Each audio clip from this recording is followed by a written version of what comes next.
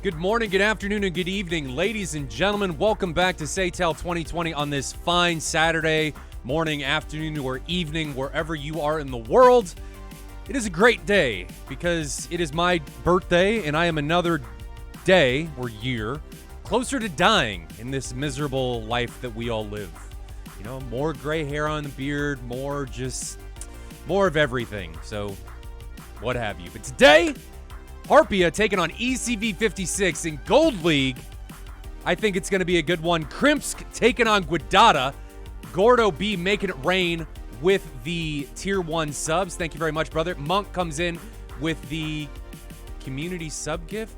What does that mean? I don't know what that means. What's a community sub gift? Does it mean it just picks one? I don't know what that means. But anyway, guys, we're going to jump in. We're going to actually see the supercut from the Growling Sidewinder, the Grim Reapers vs. Phoenix Task Force match, because Alpha Whiskey's a little bit behind. He had some real life stuff going on this week. So we're going to watch that supercut. And then we're going to jump in. We'll be back in the sim. We'll be joined by the Mustache Man. Hurricane blew through, so he's good. But let's get going on this fine Saturday, Sunday for you Aussies, because you guys are all upside down. But here we go, ladies and gentlemen. SATAL 2020 is here.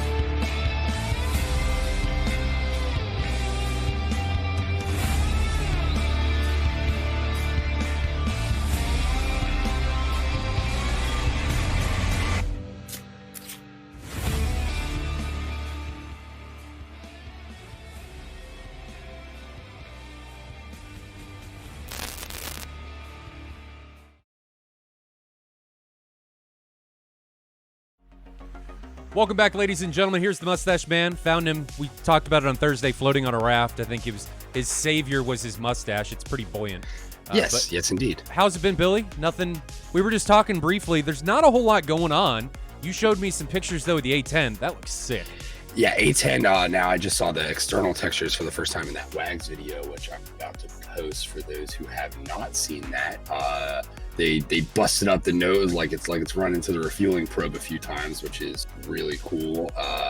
They showcase the helmet-mounted queuing system with all its data-linked overlays and all that type of stuff, and that looks pretty darn amazing. Really excited to dive into that thing. The new features alone and the new textures so the panels that were actually added more recently to the A10 have less wear to them versus the rest of the cockpit. Oh, that's cool. So like they kind of did it on that note. So yeah, I think most people are going to be pretty impressed, excited with the features for that. I mean, Laser Maverick, not like we're not all kind of used to utilizing that in some capacity, but it's going to be nice to have that on the A10.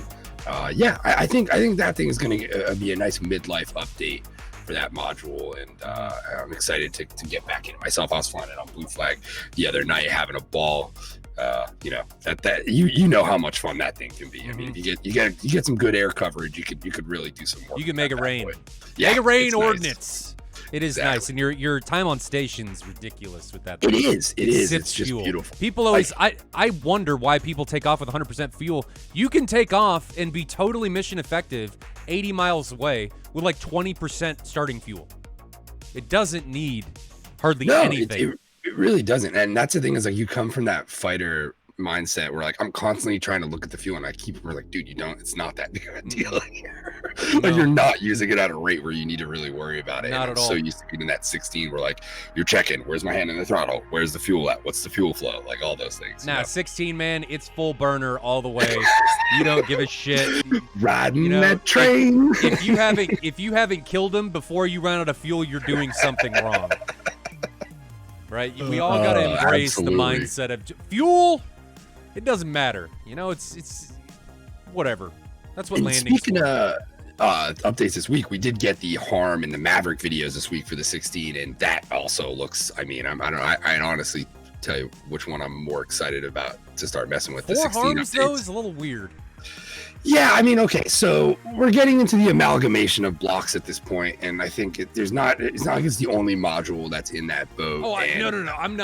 I'm not saying that. I'm just saying, couldn't carrying Harms that many? You could cause some problems on the aircraft. I mean, not weight-wise, but just releasing Harms on those stations could cause.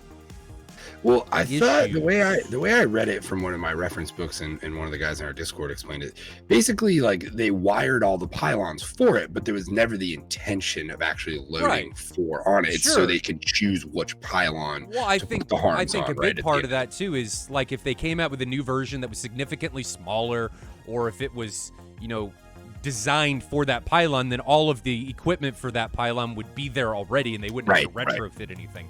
But like on the A10, right? Yes, the racks, you could carry 3 Mavericks, but you can cause significant damage to the real, and it does, the real aircraft carrying the 3rd Maverick.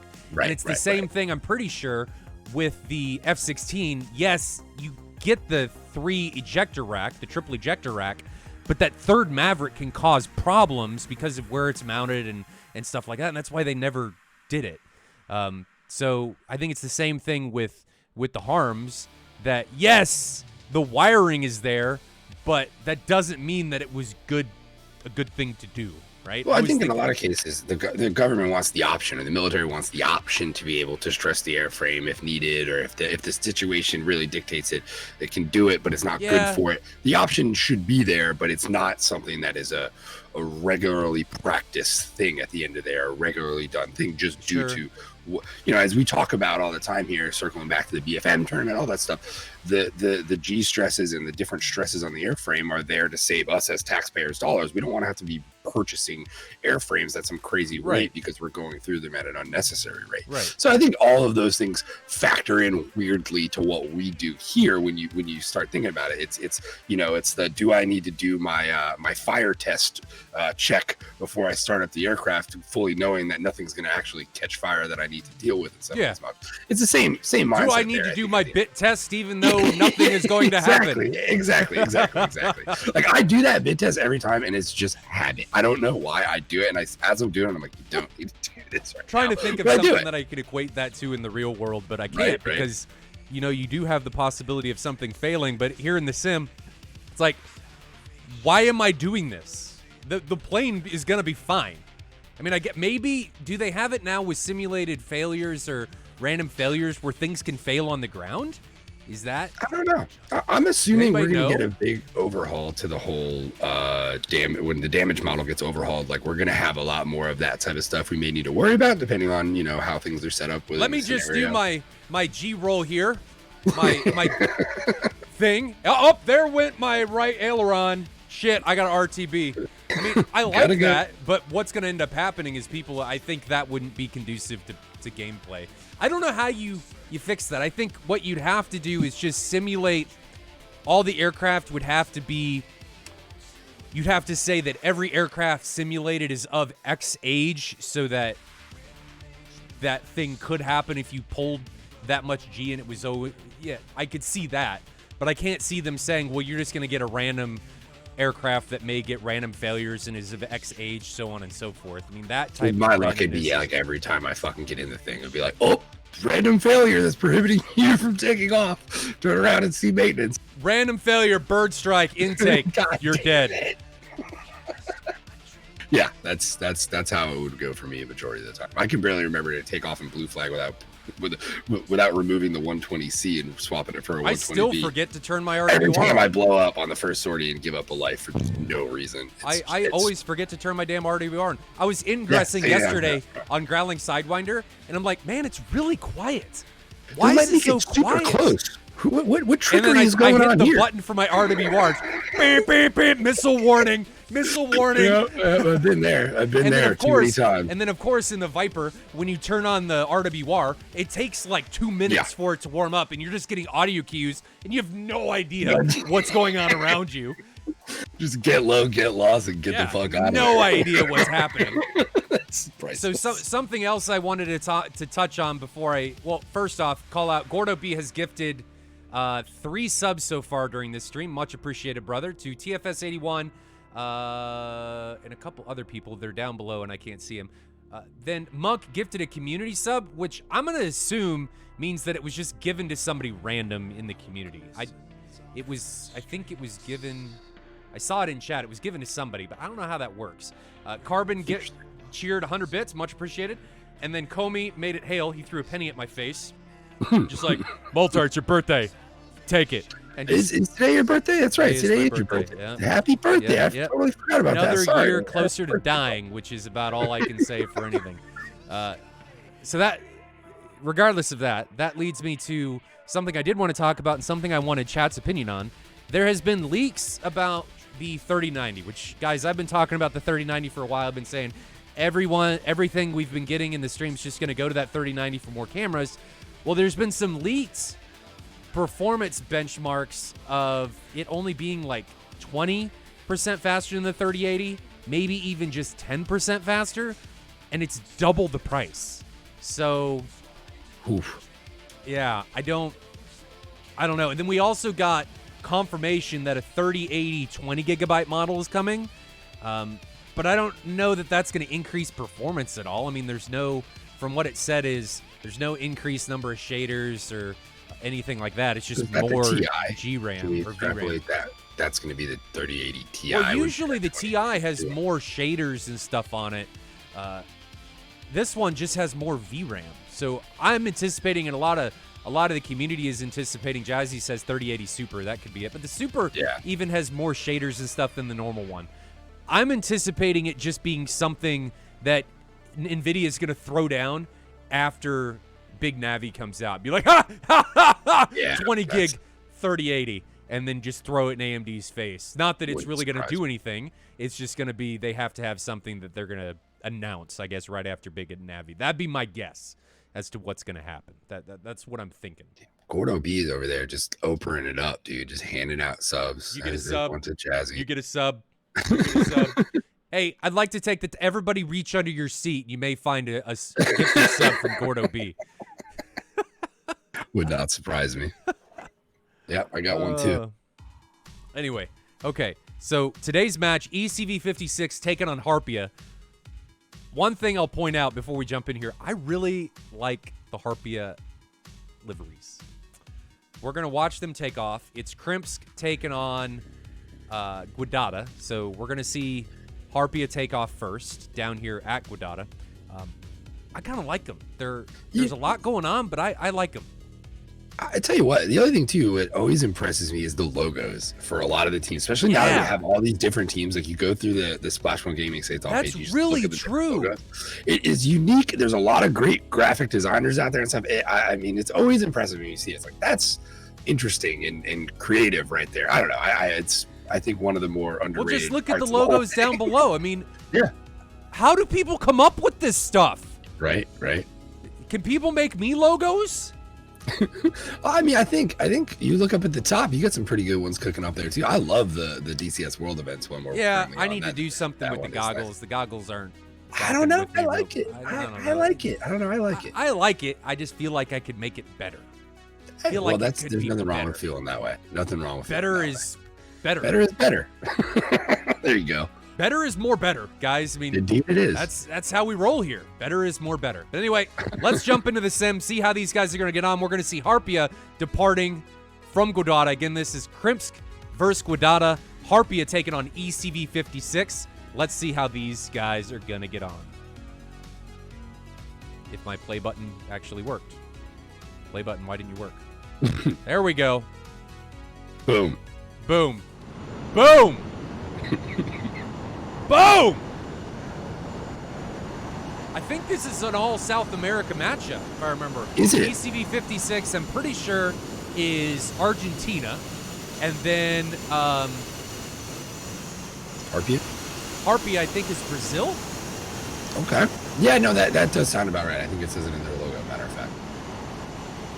Man, I'll tell you what, I feel like we got a ton more representation from South America this season. I think we got like a handful of teams from down that way, which is really cool. We talk about this a lot, but it always does impress me the different corners of the earth that gets represented just in the DCS community alone. I feel like from a lot of the other different games, I've never been part of a community that's that like internationally diverse at the end of the day. I know, right? So you meet a lot of cool people from all over. You get a lot of different Well, I think one of the perspectives. coolest things about DCS is the community is small enough that it's a melting pot. It's not, you don't have these international servers all over the place where it's just just that part of the world. Yeah.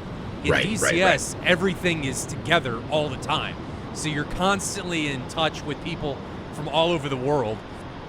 And it's really cool. Like I tell my family, because they don't really know what's going on, I'm like, Right. I could probably walk in to virtually every country in the world and know at least somebody that lives there. Right, at the end of the day, from the different people you meet here, yeah, no doubt about it.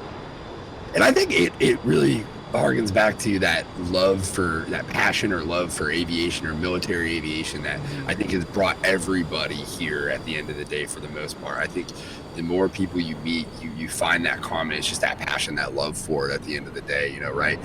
From when you're a kid and, you first got exposed to it from however, whatever way or direction that was, like that stuff just sticks with you. And I think, the majority of people I talk to, that's why we're all here at the end of the day, is that shared passion, regardless of what area or avenue you're into, Yeah, look at those liveries, man. Those are sweet. There's some creativity going on there. It's pretty cool. They're like nothing else I've ever seen. Right? It's very different, very unique, and I think for SATAL, that is really cool. I think it's cool because you look at them, and we're doing the squadron livery pack. Right. In that, if you guys have a squadron that you would like to contribute, what I'm doing is I'm putting together a livery pack that people can download and use. I'm making it specifically for SATAL, but also outside of SATAL, so you don't have to have a SATAL be participating in SATAL to be a part of this. For the DCS World Event server, so that when people get on, people can taxi by and everybody knows exactly who they are. And the cool thing about the Harpia one is that livery is so different that it's really easy from anywhere to say, that's Harpia. I mean, even if you're flying and you're merged with them, it's pretty easy to identify with that dark to white that you're fighting against somebody from Harpia. I mean, I think that's really cool. Oh, absolutely. Yeah, I think we've had some brief discussions about it. I got to talk to the mastermind, Ryan Flint, but I think we're going to add the Athena ones to that. I'll go as far as saying I think we got one of the better camo patterns out there, and I like the fact big that talk. I'm pretty proud of those things. Flint is a very, very good livery creator, along with our other guy Hoodoo, who's done a few of ours. But I think those camo patterns, just to have. Just the fact that can actually be viewed by other people and utilized in the wild is enticing to me, I think, at the end of the day. Look at this dance going on the edge of the runway here. This is like almost choreography to some degree. I like it.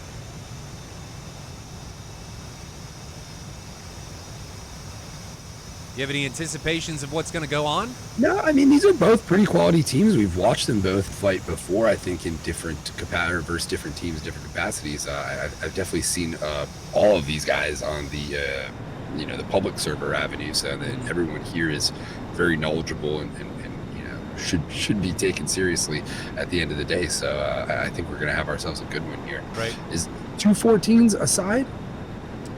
I don't know yet who's flying on ECV56. Okay, we haven't. I'm not entirely sure. But who's flying for Harpia is Mazzucato, Katsu, not Capsu, Katsu, Wingtip, and Trigger. So we got Mazzucato and Katsu in F-14s. I don't know who the Rios are, if they have Rios. And then we have Wingtip and Trigger in F-18 Hornets. So mixed bag here. The Hornets are not taking center lines. if I remember correctly, looking at the selection sheet, this is weapon restriction A. So we're going to see Mark 60s. We're going to see 120Cs. May see some AIM 54 Charlies. I don't know. The Charlie has a better seeker, so I guess it's that weight of, do we want a better seeker, or do we want the longer flight time and the longer range? I'm a missile tech fan. I want the highest caliber missiles we can get out there at the end of the day. I like seeing the Charlies, the Bravos. To me, I mean, it does draw things in a little closer, there's no doubt, but it's almost the confidence in those 120 Charlies. I just enjoy having those under the wings. I'll say that much. I'm anticipating this being a really drawn out match. And no AIM 9X in play here. Just M's, I believe. Or the L's, no. if you want to be a, Skittles, I have no doubt this is the 120C. I know these are 120Cs. I just don't know what the AIM 54 is going to be. These are definitely Charlies.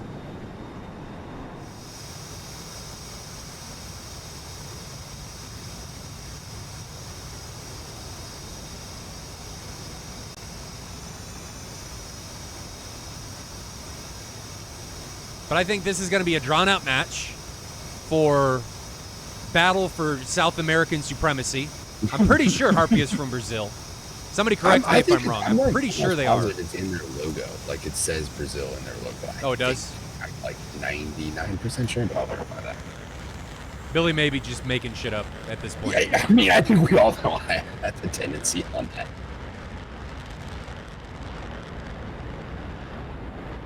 Monk gifted another community sub. That one went to Lawn Dart. I like that name. Lawn Dart.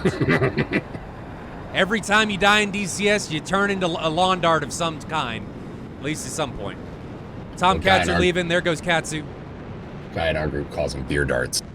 You just chuck them. That's when you throw one of those long AMRAMs out there that you have no clue what's going on. You just throw the beer dart out there. I'm always worried about beer darts that somebody else's face is going to become, like in real life, the bullseye.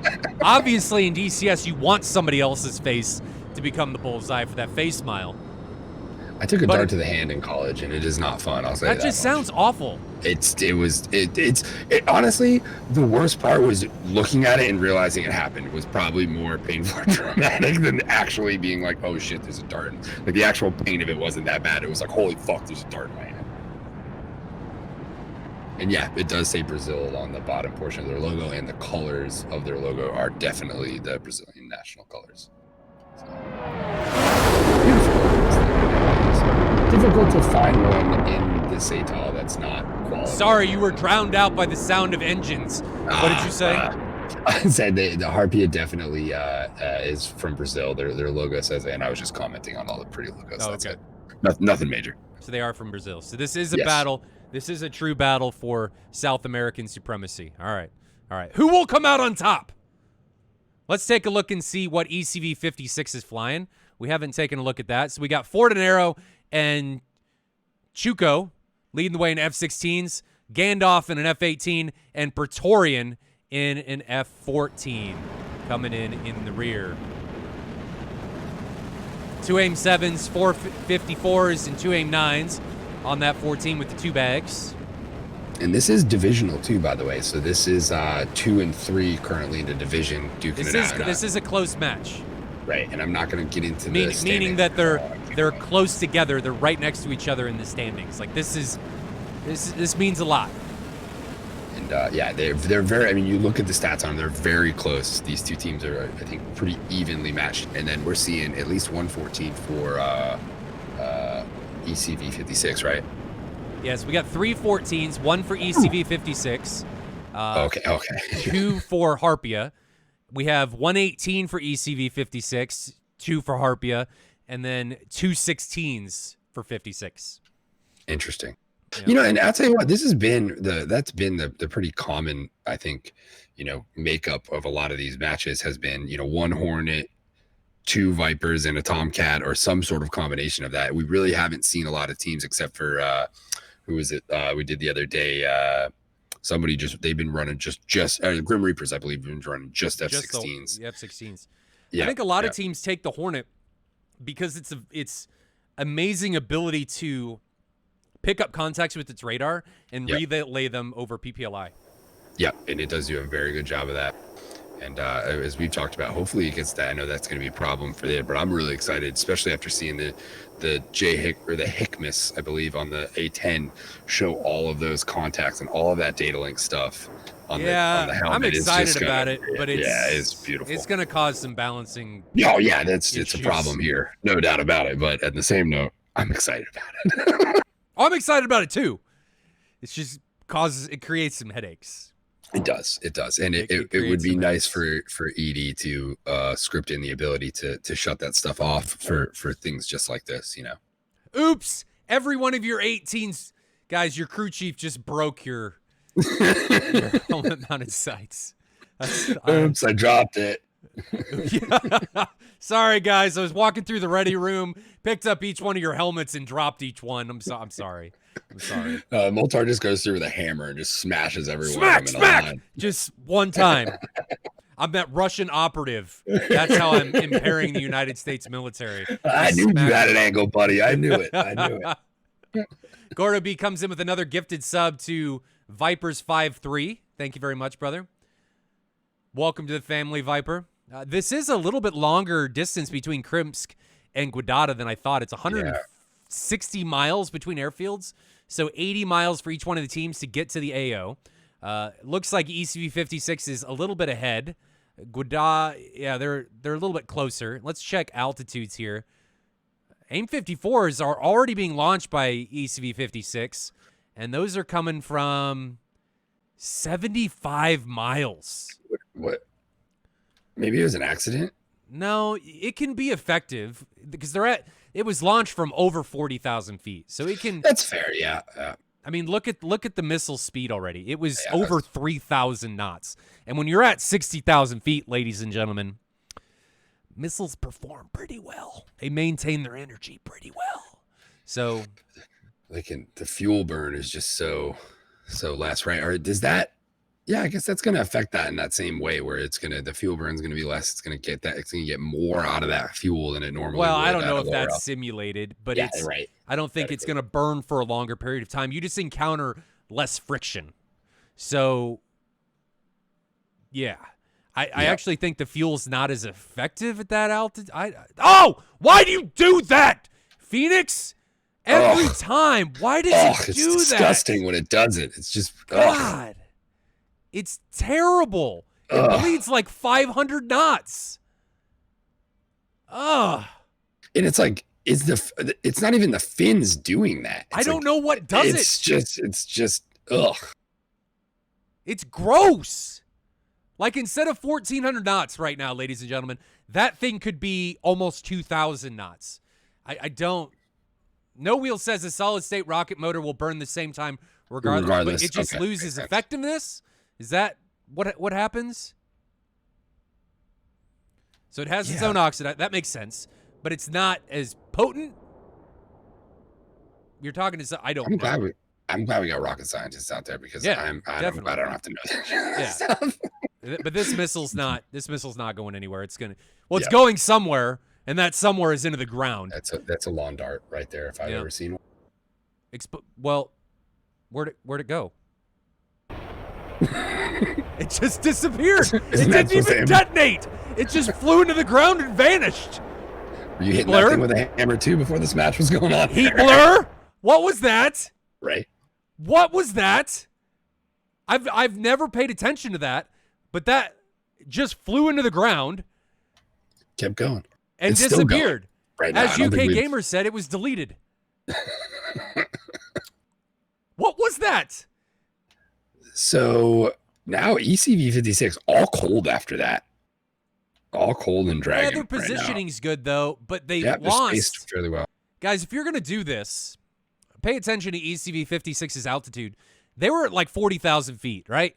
And when they turned around, they dropped all their altitude. There's no reason to do that. When you are this far away from your opponents, 50 miles, there is no reason for you to descend while turning around. Because now when they recommit or on their egress, they have to climb back up to altitude. So just maintain your altitude as you turn. if they've shot, you're not giving that missile the chance to go downhill. You're making it stay at a roughly level plane, and that's going to use more Well, energy on going those shots downhill if they've shot. for the missile, you're dragging it into thicker air. So Right, fair. it's more of, I don't know.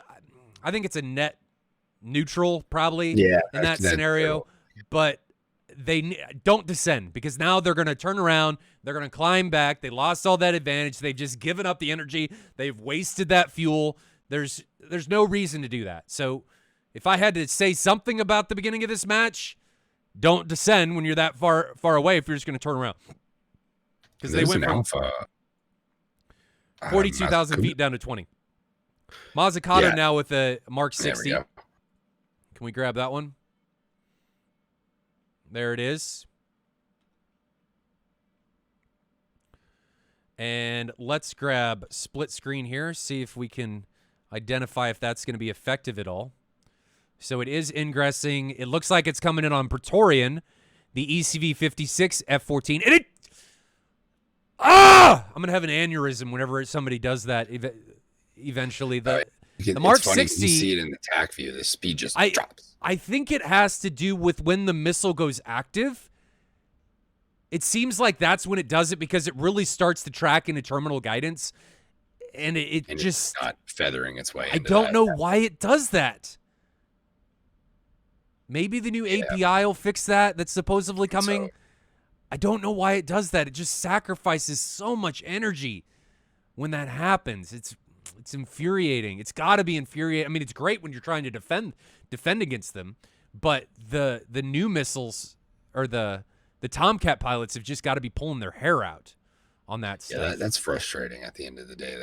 Yeah, and you can see there is Praetorian down there 4 miles away. This missile's already down to 500 knots for the amount of aggressive turning that it's doing, which it doesn't need to be doing at this point in its guidance. It can just be kind of cruising and then save its energy for one pull as it gets in closer. So there's no reason for it to be doing that. No wheels, supposedly they've been getting that. Hopefully it comes in the next update. Yeah, I'd like to see them do a better job of, if we're going to put out these third-party modules, to make sure that they are supported in real time with what they need to make that type of stuff happen. Because we're so deep into the 14's life at this point. Like, that should have been something I truly feel they were on top of a little sooner. Yeah. Within that, we shouldn't be forced to deal with that for that long. I think at the end of the day, that just needs to be addressed.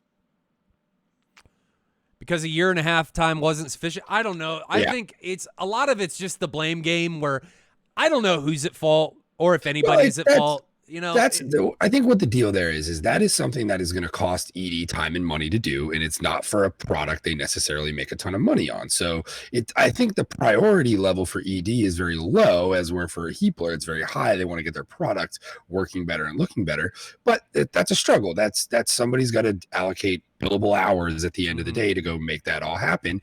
And you can see, I think in a lot of cases, ED is reluctant to do that, and they tend to focus more on their products that they make a larger profit margin on, which from a business perspective, I understand, but from a community, consumer, customer perspective, I don't think that's the right way to go about it. If you're going to allow these companies to produce these modules that utilize this type of tech, you have to support it in real time. Yeah. And I wish they would do a better job. Guys, I do want to point out, though, that these are all assumptions. Right, exactly. Neither Billy nor I have any idea of the actual going-ons behind the scenes. So don't take this as gospel or anything along those lines of what's actually going on. I can't point the finger at anybody, because I don't like to do that unless I have more of an overall picture. So I don't know. I just hope that eventually it gets fixed and we go from there. Another Mark 60 being launched from Mazzucato. Let's grab him here. He is descending from 30,000 feet, 400 knots. Looks like he's conserving some fuel. He has 4 AIM-9s and had 4 AIM-54s, but he's down to 2 because he's launched 2 already. Let's see where his Mark 60 is. So here it is. Still moving good. It's not active yet. Right here. It's not going anywhere yet. No, it's about to. It's starting to come downhill. So now it's starting to come down from 40,000 feet. Looks like it's on Gandalf. I think I can see Gandalf's dot out there in the distance. Gandalf still isn't defending. 5 miles now. But you can see how much energy these missiles lose as they descend, especially when they go into terminal guidance here. Look at that! What is it barely doing? going to miss him. If it didn't do that, that very well could have hit him. Right. Why does it do that? Like, look how close it got. It just like doesn't know how to steer itself at the end of it. It just like doesn't know how to accurately It's like steer. my sister when she was learning how to drive. Yeah.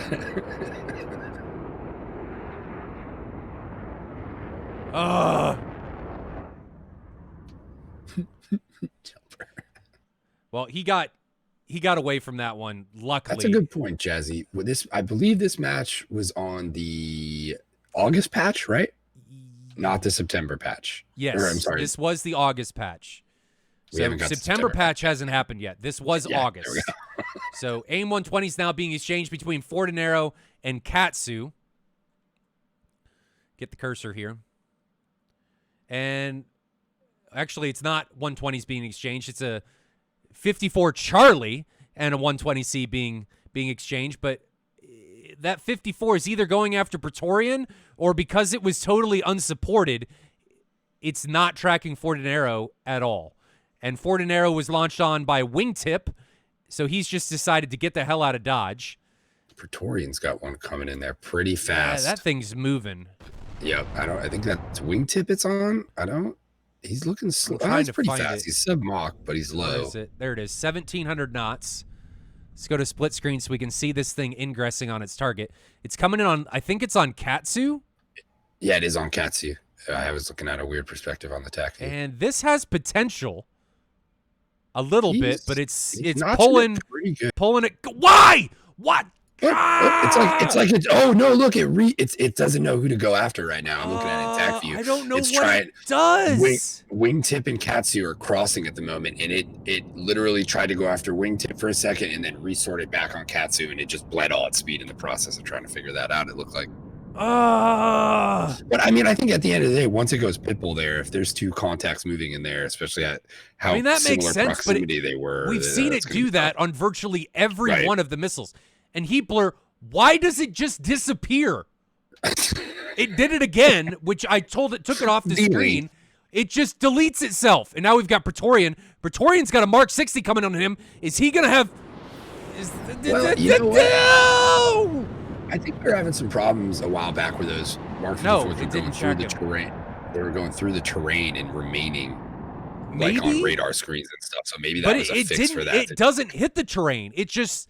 Like, you guys missed it. That thing was still in the air, and it just 86 itself. deleted itself. So we've seen one fly into the ground, not do anything, and then we saw that one, I saw it, not hit the ground and just disappear. Aronov, I think that Charlie was way lower than Praetorian or way above him and wasn't supported and just didn't know where to go. So... here's an AIM 54 being launched by Katsu. It's a 54 Charlie, and this one's she's got some potential. We say that a lot, but this one definitely has potential as it's coming in on Praetorian.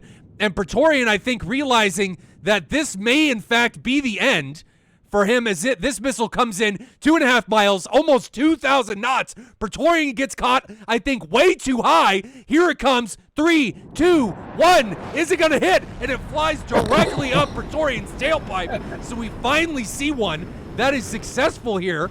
And that one ends up working out. And now we've got... we've got another 54 coming in on Katsu. So this one... This was launched by Praetorian, whereas and Praetorian gets hit. Yep. Yeah, and then at the same time, there was a guy down here to the south. I think it was Katsu, got hit at the same time. So Wingtip and Katsu died simultaneously. So instead of this being a 4v3, it is now a 3v2. It's completely reversed itself. And this is still doable. They got some terrain to hide in. They're ECV56 spaced out pretty decently right now. If these two guys work together effectively enough, I'm curious, do we know how many missiles that Tomcat has left on Mazzucato? We can check. Let me check him. So the Tomcat has, Mazzucato has 1 Phoenix, I'm going to assume that's a Charlie variant, and 4 AIM-9s. Interesting. And we've got a 120 coming from Trigger onto, who's that on? Fortinero, but that's on Fortinero. He returns. He returns, but he waits. He's got terrain. I think he's going to get away from it. Yeah, he is. He pulled a very nice notch. I don't see it. And chaffed his way through that. Yeah, it's running. Oof, that was beautiful in tact view. You're going to need to point and that if we go to Trigger, watching the one that's chasing him, that one only got within a mile. So Trigger does a really good job. Both these guys did a phenomenal job of defending these missiles coming in from decently close. I think they were both outside of 7 miles. And actually, the one from Trigger doesn't give up. It's inside half a mile now. Still trying, but it's slow. The missile that could. Mazzucato puts out that AIM-54 Alpha at, it looks like Gandalf. Yeah, that's on Gandalf. But Chuko has a... I just roll with Chew. Okay, Chew has a 120C on Mazzucato, but I don't think that... that 120's dead. That 120's not going to be able to do anything there as it runs out of steam. But look how aggressive Fortinero and Chew are being. Gandalf, where are you going? Well, he's running from that he's Mark got 54 this Mark Alpha. 60. Yeah. He's got this Mark 60. Okay, that makes sense. So, yeah, which are good on Mazzucato there for pushing him back. You just created a lot more separation. They thin this thing out a little bit. If they can come back around here and really get the advantage on Fortinero and Chew, they might be able to turn this into a 2v1, which would be amazing if possible. But now Trigger launches a missile in on Fortinero, has to immediately defend against a 120 threat on him. Where is it? There it is, coming down from 1.3 miles. Does he get away? Yes. That's going to fly into the ground. No. He does, that was it just ran out of available G. So Fortinero and Trigger, again, they're playing this deadly dance game around seeing him walking that really close line that I like to see people walk, of how close can we get and launch while still simultaneously defending. Chew might be in trouble here, though. He's pushing very hard. He doesn't have anyone necessarily close enough to defend easily right now, and Trigger seems to be sorting on him. The question is how far is Mazzucato going to drive south here, or east? Well, the F-14 theoretically should be able to outrun Chew's F-16. Right. And if he can drag long enough here, he might be able to give Trigger a shot at this. There's a lot of separation on the ECV56 side right now. They need to solve that. So here's the overall situation as it's developing here, ladies and gentlemen. What I'd like to see in this situation, though, is for Maz to ascend. Stop this on the ground thing. Ascend to get better fuel economy. You're far enough away that any missile that's coming at you, as long as you're in gate, isn't going to be able to catch you, right? But is he in gate? No. They speak Portuguese in Brazil. And he's turning like all these wild turns and just allowing this missile to close in on him. He's in full mill, and we can see this missile just slowly catching him. 1.4 miles now, 1.3. I think it's going to be out of juice. But here comes his second one from 4.5 miles, and I think that one's going to spell the end for Maz, as he's not really defending at all. He's not aggressively trying to get away from this. Maybe he's got fuel problems. He's not in gate.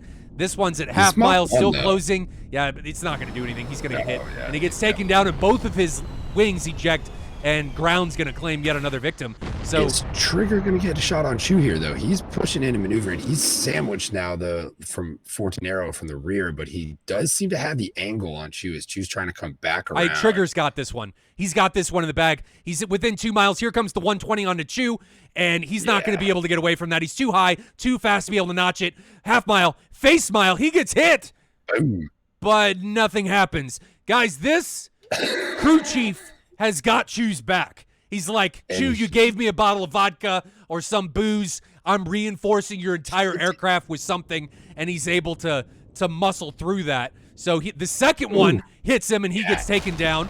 But now Trigger has missiles coming in on him.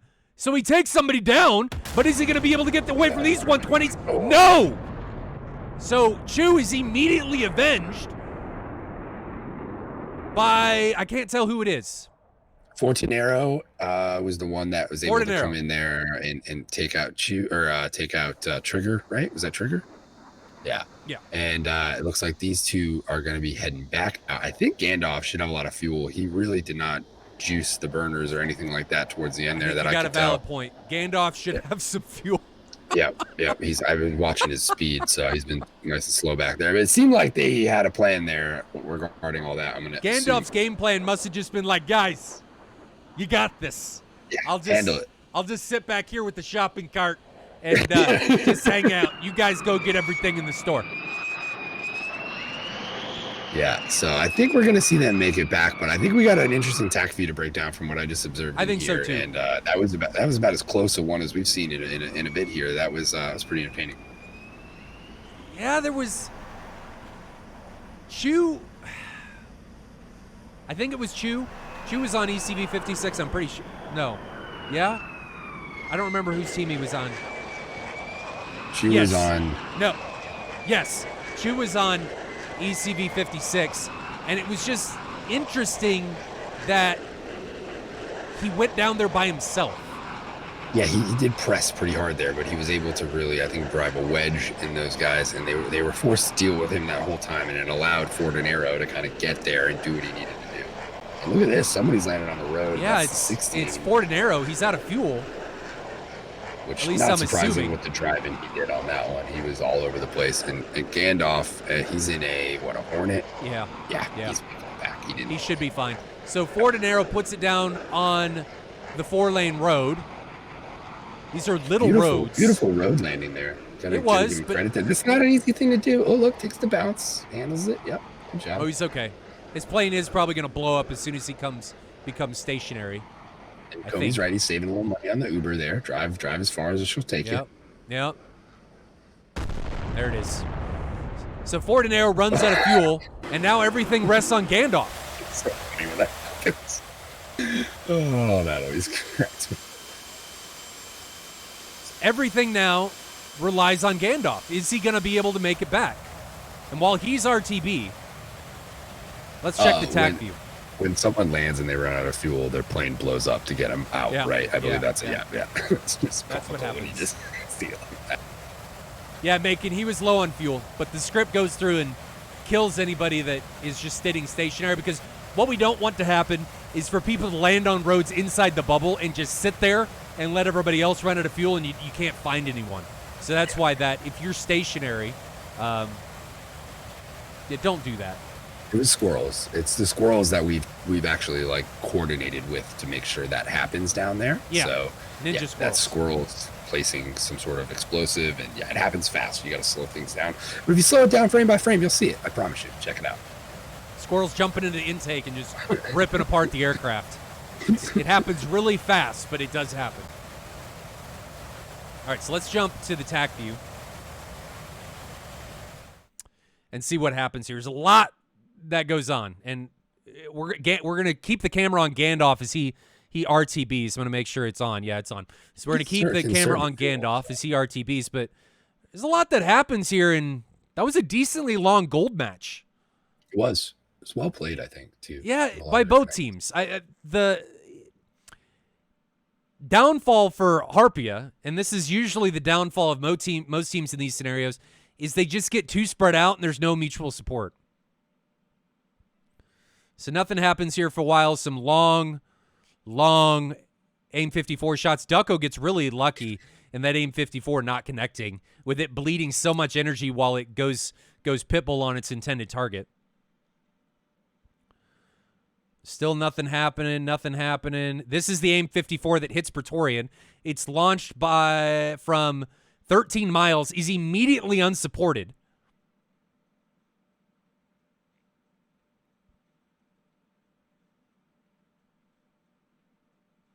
And it takes him down. And then this AIM-54 that he gets off right before he dies is the one that kills Katsu. So he trades. He trades with Katsu. He does a really good job of, I'm going to die, but you're going down with me, brother. And he's able to manage it. So he equalizes it at 3 apiece. And then while he dies, it looks like Wingtip actually doesn't get hit by a missile, but flies into the ground. Maybe blacked out. Let's ride along with him and see. Check the G's. So he gets a missile off. 7 Gs. Pulling. Oh no, he just pulled a left. Yeah, he just doesn't have anything there. Doesn't go for the paddle switch. Is like, guys, I can't do the paddle switch. It's prohibited. My crew chief said no. Can't do it. Can't over-G the aircraft. Just flies into the ground. And that was a joke, guys. That was a joke. Because of all the shit that's been going on for Fight for Honor. That was a joke. Ha ha ha ha. Moltar made it funny. Ha ha ha. Anyway, so he dies. Now we're down to a 2v3. Nothing really develops here for a while. Fortinero does a really good job. Let's see what happened with this missile. Fortinero does a really good job of getting away from this. So let's ride along with it. Lots of chaff coming out. Finds a valley too. I don't think he line of sights it. He's trying. I mean, he's putting himself in a position to where that's part of the strategy. I think happened? It continues to track. What happened there? That's interesting. Not sure. I guess it got notched or chaffed.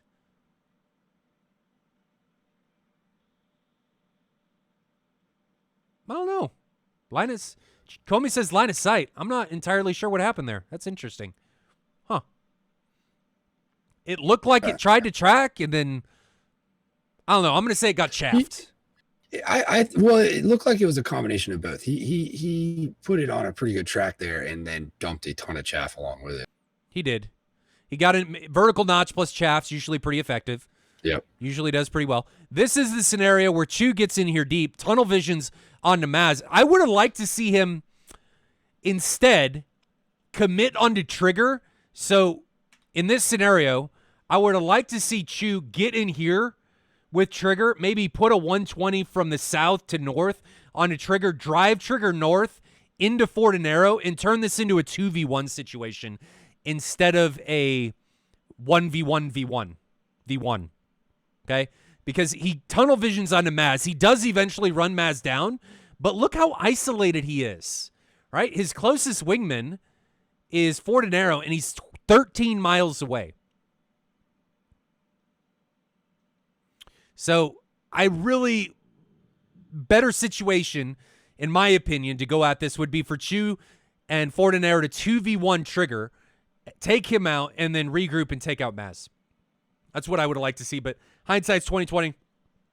You know, we can see everything from these TAC views, and from these matches, right, from the God's view, but I don't know what's going through the guys' heads as these fights are developing. Look at the speed difference between these two guys. 1.45 or 1.43 against virtually Mach 1.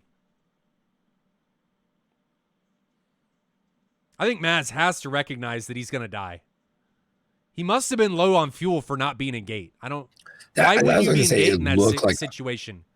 I had been watching his speed leading up to that, and it looked like he was feathering it, trying not to just be sitting there in gate the whole time, but he basically had to be. Or maybe he was trying to create a scenario where Trigger could catch up to Chew? Yeah, I think that was a little bit of it too. Trying to just feather that out and give him the ability to get in there. But yeah, that was a tough spot. And then looking at this situation between Trigger and Chew, Chew really makes it so Trigger can kill him. Yep. Like, he just turns, makes it so his speed means nothing. I think he's also low fuel here, as we saw. That's in his head. He knows he needs to get his nose back headed towards the airport or back up that direction towards help. And I think he knows driving further that way is not going to end up with him making it home. Maybe. So part of that a little bit there. I'm not sure. I think I would have liked to see him, though, turn left to get in the mountains instead of go right over the water. Yeah, I'll agree with you there. Because then you're utilizing the terrain, right? You've got to be able to see visually, possibly Trigger. You have to assume that Fortinero can see Trigger, so you've got to have an altitude on him. If you know he's low, you have to recognize that I can line of sight this guy. I should turn left to get into the hills instead of going right and getting over the water. Mazzucato in chat says he was out of fuel. So that, yep. Okay. Yep. That makes sense in that situation. But in my opinion here, Chu just signs his own death certificate. He throws his speed totally out the window. Maybe he's out of fuel at this point, creates all kinds of closure angles for trigger, and allows himself to get run down. As Bullet says, you got to have that motion lotion. It's important part of the process here. Yep. And then immediately after Chu dies, Ford and Arrow is able to run down Trigger and take him out, and we're left with a scenario where, and it's actually not. Huh? TacView says that's Ducko instead of. I still was somebody. I think that's probably because Ducko and Gandalf switched, like when they were sliding into their aircraft, and maybe TacView just didn't pick it up. I just didn't get it because he commented on it before. He's like, TacView loves me so much, it gave me his name or something like that. I think that's what ended up happening. But Gandalf looks like he's got. Where's the airfield? I don't see the airfield. Definitely been, conserving. You can tell he was at about Mach 0.7, I believe, for majority of that. So definitely not is 14 miles away from Krimsk. Yeah, I think safe to say, as long as he's not running out in that time span, he should be good. I think we all know what happens when the Hornet runs out of gas. Bad things happen. Rock mode, engage. When it runs out of fuel. Yeah. That's the one thing that's nice about the 14 and the 16. It's like, I got some glide time. It's like that thing. You're just like, please don't hit 0 because it's time to eject. Yeah, it falls like a rock. It can't glide. Hydraulics just go, beep, see you later, and they're gone. So hopefully, it looks like he's nursing it back. He's at 78% fuel. Is that? And that's a good comment by Skittles there. Is that a TGP? Yeah, it is. I'm guessing he was using that to try to watch for the launches. On and it makes total sense. It does. Especially here with the Phoenixes and stuff like that, you're going to get a good, because I've noticed right now, even if they're beyond 40 with the Tomcats, you'll see that missile come through the plane, even though you can't see the actual plane in the distance, which poor choice of words there on my part.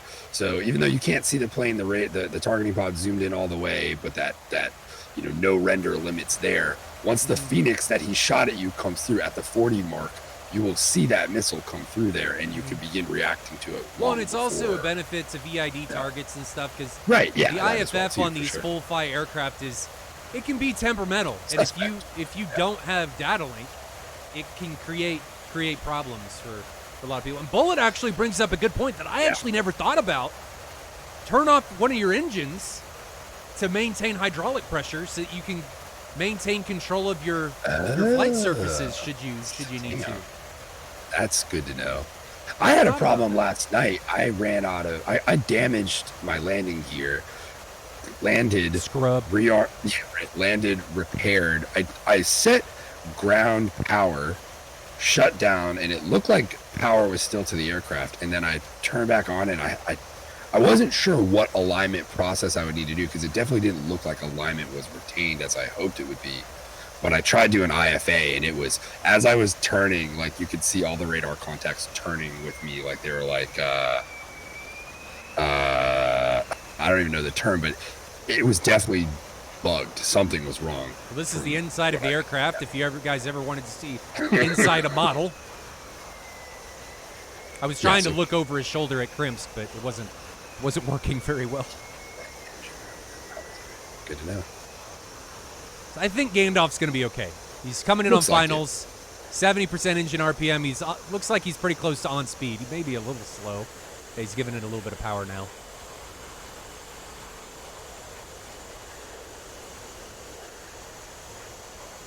Bullet looks like he's making it very important that don't turn your right engine off. Bad things could happen if you turn the wrong engine off. I just wrote that down over here. Right engine, important one.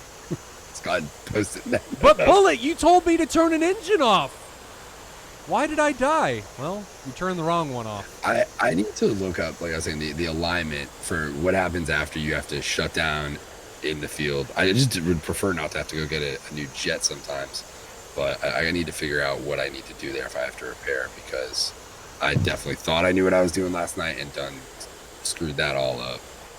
You're just a scrub.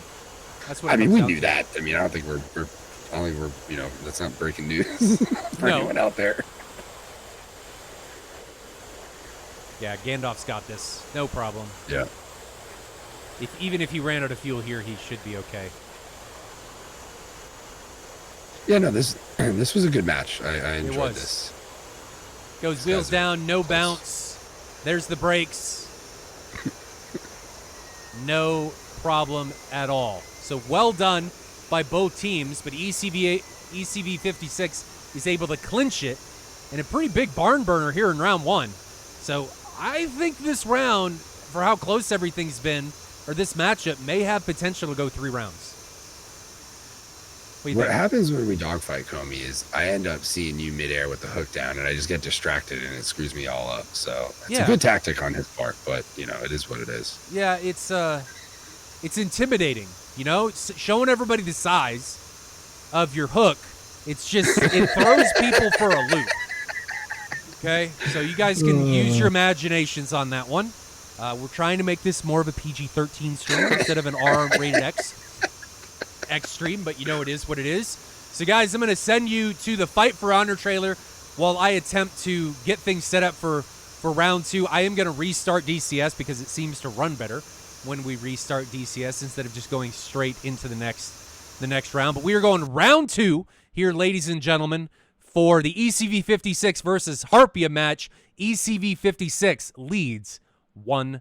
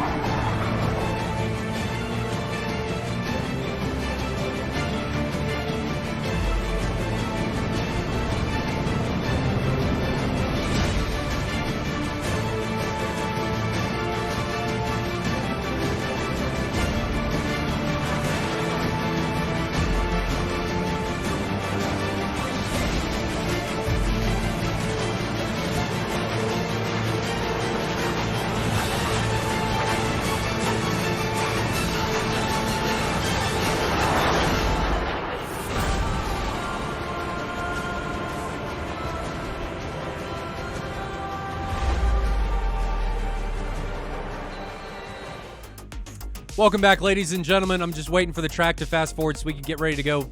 Billy took a bio break, but it looks like he's back. Billy, why don't you show everybody? Have we shown everybody your shirt? Oh, you don't have your headphones on. I don't think you heard me. No. Billy, you should show everybody your shirt. Oh yeah, the Red Dawn meme, if you will. It's 5-1. 5-1. I got 4. Just waiting for everything to catch up. Okay. Yeah, it's one of my favorites. Slow down here. Wolverine. That is way too slow. There we go. Call me Douglas. Is that just because you set the number on the front of your plane to that, Comey? I think we're fast forwarded to the point here. I must be missing. Comey's like, they call me 007. Yes. 0 kills, 0 7 deaths. Well, that's an apt description for Comey. I mean, that's how he rolls. He never kills anybody. He's a terrible DCS pilot. Just awful. One of the worst. All right, so we're ready to go. Second round is ready and set. ECV56 taking on Harpia. We're going to be watching ECV56 depart this time. Somebody was asking if we just started. No, you were late. How could you be late? God. You guys set your notifications. You should be alerted every time we come online. Isn't this more important to you? This should be the most important thing in your life, right? Family, doesn't matter. Significant other, who cares? Kids, lock them in the closet. You know, Nope. Whatever. This is SATAL. This should be it. This is sacred. I'm Southern European. We don't wake up before noon. Fair. I can identify with that. Most days I don't wake up before noon either. So do your kids just not operate correctly and don't wake up when the sun's up? Oh, I don't. Well, not you. I'm just talking about Southern Europeans in general. Live, feel, and breathe SATAL. Yes, indeed. That is how it should be. See, Ducko understands. Ducko is so in tune with SATAL that TacView said he wasn't even here and he was in the match. That's what happened, right? That's what happened. Well, let's jump into the server, see how these guys are going to get on. I'm hitting the play button, rocking with ECV56 departures. This time around here in round 2, ECV56 is up 1-0. Here we go. MiG 141. That is a black screen because Moltar doesn't know how to rename a window after a restart.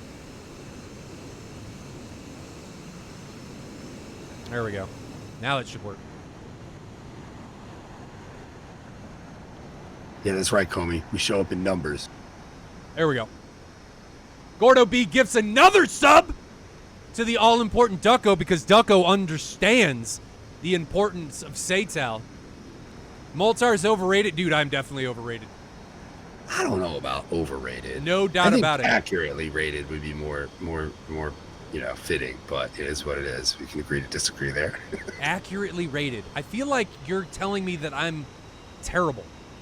And I No, described. quite the opposite. Quite the opposite. I'm saying you're not overrated. He's trying to cover his tracks now, ladies and gentlemen. He's trying. That's what I get. That's what I get. Bullet drops 104 bits. Thank you very much, brother. And Comey dropped, I think, a couple more bits earlier, and I missed him. Comey likes to make it hail. It hurts, guys. I don't have goggles on. You got to be really careful about hitting me in the face with copper. It hurts. Gordo B drops another gifted sub to Queen of Noobs. I like that. That's a good name. That's a Somebody's good name. got to do it. It's a tough job, but somebody's got to do that. Somebody does indeed need to do it. Yeah, right. Somebody needs to be the Queen of Noobs. So does the Queen, is the Queen good since you're the Queen? How does that work? And yes, Comey, yeah, I hopefully will be back for SATAL 2021. No, he won't. That's it. I'm out. He's out. Don't want anything to do with him. Nothing. Me, I'm too hooked on this shit. Y'all ain't getting rid of me that easy.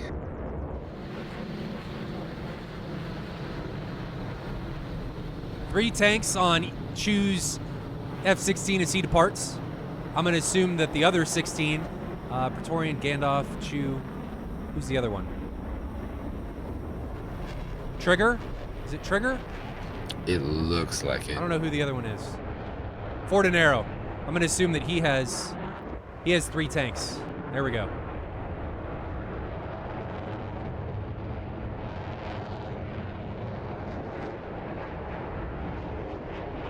I still find myself amazed at how far ED has come with the sounds in DCS. You remember in 1.5 how god-awful the jets sounded? You remember? I was like right when I got into it, so to be able to like... You didn't know any better? Yeah, I just didn't know any better. I don't think that really... Fair enough. Comment on it, you know? Fair enough. All right, but they sounded awful. Lake, does the Su-27 still make that like farting noise on spool up? It actually does that in real life. That's why that sound is there. And there was a big upheaval. I remember this because I used to maintain, I kind of still do, a sound pack for DCS, a sound mod. And there was a lot of upheaval when that sound got accidentally taken away. I didn't like it, and a lot of other people didn't like it either. Right. So I'm pretty sure it makes that sound in real life. Because it's a special aircraft, and it has to belch every time it takes off. All the vodka it drinks, it really just has to get it all out of its system before it departs. They have that. Is it on tap in those cockpit? Right, it's on tap in there. I believe you can just. It's probably on tap in a MiG-25 since that's what they use for cooling. I'm pretty sure they literally used vodka for cooling the MiG-25. I mean, I'm pretty sure it did. Short supply. Chad will probably tell me, Moltar, you're absolutely wrong, but I seem to remember that it did. I mean, you know, sometimes you gotta take a couple shots while you're up there. Get the wheels moving a little bit. You know, grease those wheels. And by greasing those wheels, Billy means getting hammered while in the cockpit. Yes. Because if everything's already spinning and it's all in your head, why do you even need to take off?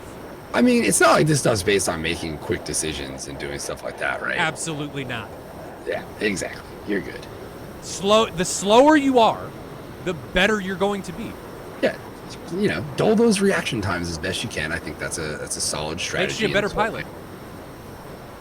What is the MiG? I googled MiG 141, and all I got was some fucking Miller-Matic 141 MiG welding machine. I don't even know what it is. I'm really confused at what you guys. How did you guys? Bullet, why are you even Googling a MiG 141? Oh, it is a Yak 141, which is like a VTOL. That thing's comical looking. Yeah, oh, the VTOL? The Yak? Supersonic VTOL aircraft.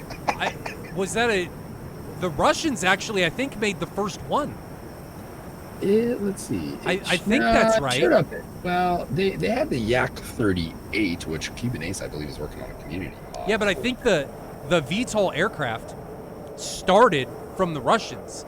It wasn't successful, but if I remember right, that's where the concept came from. Well, I know that. I believe there's actually, I think, a documentary on this on Amazon Prime I watched a while back, and this was the Brits were working pretty hard on this technology, like simultaneously along with the Russians. And I don't exactly remember who did what first, but I know that they were right around the same timeline as well. But this is, I think, what he's referring to different. This I believe debuted at the. I want to say the Yak did, but I mean, according to Stalin's timeline, that Yak probably came out during World War I. Yeah, you know, yeah, they were traveling through time. That's how they roll. Gordo B gives another Tier 1 sub to Major Havoc. Major Havoc, welcome to the family if you haven't been in already. We're just rolling with Ford and Aero. I love, man, DCS visuals have come such a long way. I cannot wait till the new weather system comes out. I was like, I want supersonic VTOL DCS. It's I feel like supersonic VTOL around with technology based around the Harrier just is a recipe for problems. it was debuted its first flight in 1987 and was canceled by August of 1991. So a short-lived project for the Soviet Navy there. Yeah, I'm gonna go ahead and assume the fall of the Soviet Union. Many comrades were probably lost during that program. It's like they started the project, or the project was completed right when they started to run out of money, and sure enough, by 91 it was done. No, just lost markers. Oh, and they cooperated with Lockheed on it. Interesting project, though, no doubt. Looks like a MiG-25 that goes up and down. That sounds terrifying. And oddly enough, if you look at the side view of it, I don't know if it's just that graphic. It looks like an F-35. Uh-oh. Oh, no. Oh, no. Oh, this is bad. Gandalf. Ducko had enough and was like, Gandalf, you shouldn't be in the sim. It should be me. And Gandalf is DC'd. Oh, the DCS ghosts have claimed one. It is now a 3v4. This is not a good way to start. ECV56 is currently up 1-0. Bad news. So instead of the DCS engine deleting the AIM-54, it accidentally deleted a player-controlled aircraft. Oh, no. Yeah, F's in chat, boys. Maybe it F's in was an chat. invisible missile. Maybe. There has been some decent going on in DCS. I'm kidding. It was not an invisible missile. That was connection issues. He just said, guys, I've had enough. I can't handle it. See you later. Peace. And took it out. Separation between these two teams is 46 miles. Again, 4 pilots remaining for Harpia. Maz, Katsu, Wingtip, and Trigger. And now 3 remaining for ECV56. 3 remaining. That's tough. Chu, Fortinero, and Praetorian are all rocking it for them. Are they going to be able to come out on top from a man down and close it out in 2 rounds? Predictions, Billy? This one's going to be uphill for ECV56. I'm gonna say Harpia does take advantage of this match. I find it difficult not to with how close that last one was to start it down a man. I think it's going to be very difficult to come back from. You heard it here, ladies and gentlemen. Billy thinks ECV56 is going to fold under the pressure. Ninja space squirrels, as somebody said in chat, came out of nowhere, dropped from satellites. Which is, I randomly thought about something. Can you imagine if drone swarm deployed swarms from satellites?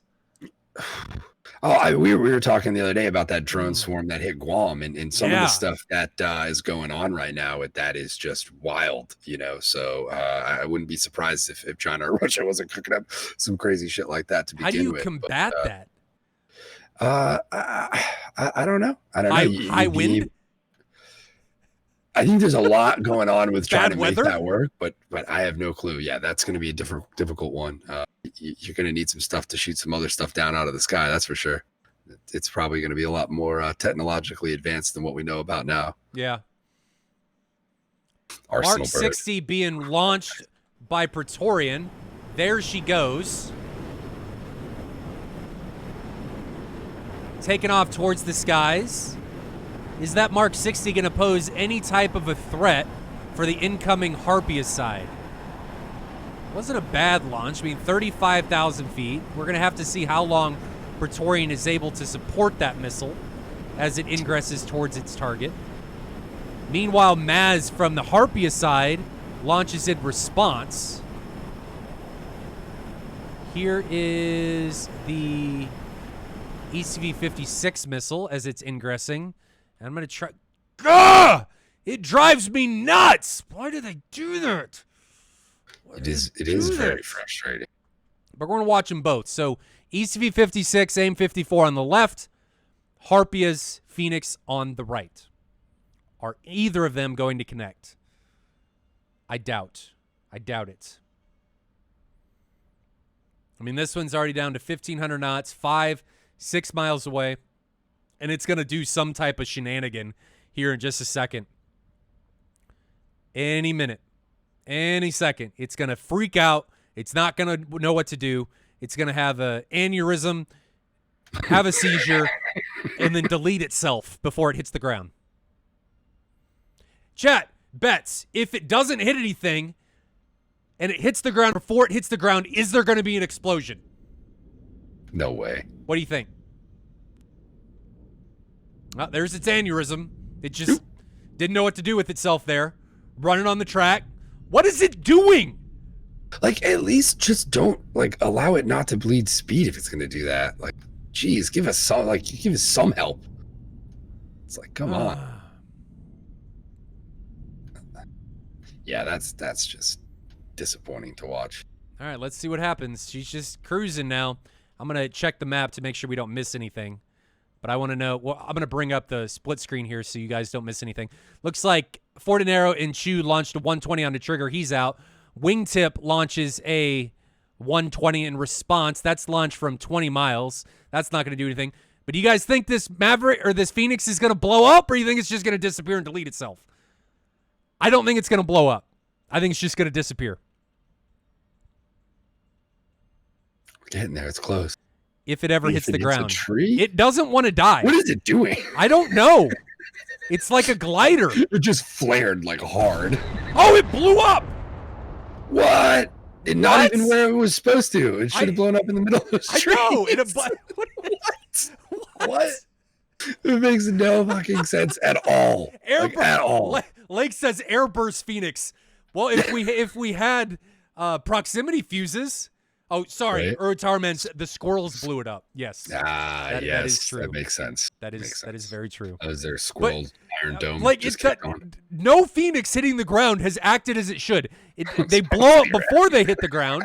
They disappear before they hit the ground, or they just hit the ground and delete themselves. I'm gonna get rid of our faces here, but a bunch of squirrels with like combat helmets on, running around, fucking manning AAA guns and shit. That'd be something. That would be something. Oh man, that's a cartoon I need. That cartoon probably already exists somewhere. It probably does. And I'm by no means am I talking badly about Japan. It's just if you can think of something with a cartoon, it probably already exists in Japan. That is absolutely true. Can you guys check to see if there's an anime or something with a bunch of like ninja squirrels or combat deployed squirrels with weapons of some sort? That's got to exist somewhere. I think there's something with rabbits I've seen for sure out of Japan. It's definitely with rabbits. Or maybe one was a rabbit and one was a squirrel. I don't even remember now. Ducko says, there's a picture. I'll investigate. Yeah, hey, there you go. This is a leaked intelligence photo by the Georgian government of one of the Caucasus squirrels in action there. You so can if see Caucasus has squirrels, what does the Persian Gulf have? Oh man, tremors. That's terrifying. That is terrifying. It's Tremors for those 90s kids out there that remember that movie. I can't believe, thinking back on it, I cannot believe how many Tremors movies there actually are. There's more Tremors movies than there are Iron Eagle movies. And I thought there were too many Iron Eagle movies. That's hard to do. Uh-oh. Is he going to pull out of this? Yeah, he's going to be fine. But how many Tremors movies are there? I thought 5 like or 7? 6, but maybe more than that. Roundabout, you take those words back. He's trolling. What is not enough? He's trolling. Hades missile? No. Out of here. Dude, that was way before its time. I mean, we all knew the correct way to assault runways was dropping napalm on them. The military just didn't do the right thing, obviously. Would you leave your dad in that Libyan airbase? Would you? I would not. Not a chance in hell. I'm going to get my dad. I know most of you guys out there probably feel the same damn way. Yeah. Make that happen. Gaddafi ain't taking my dad. Not today. Not absolutely today. Not. And Iron Eagle showcased the very early positions of the self-rearming aircraft. this flying through the air. It did. It did. It definitely did. Mark 54 Charlie released by Katsu on a Ford and Narrow.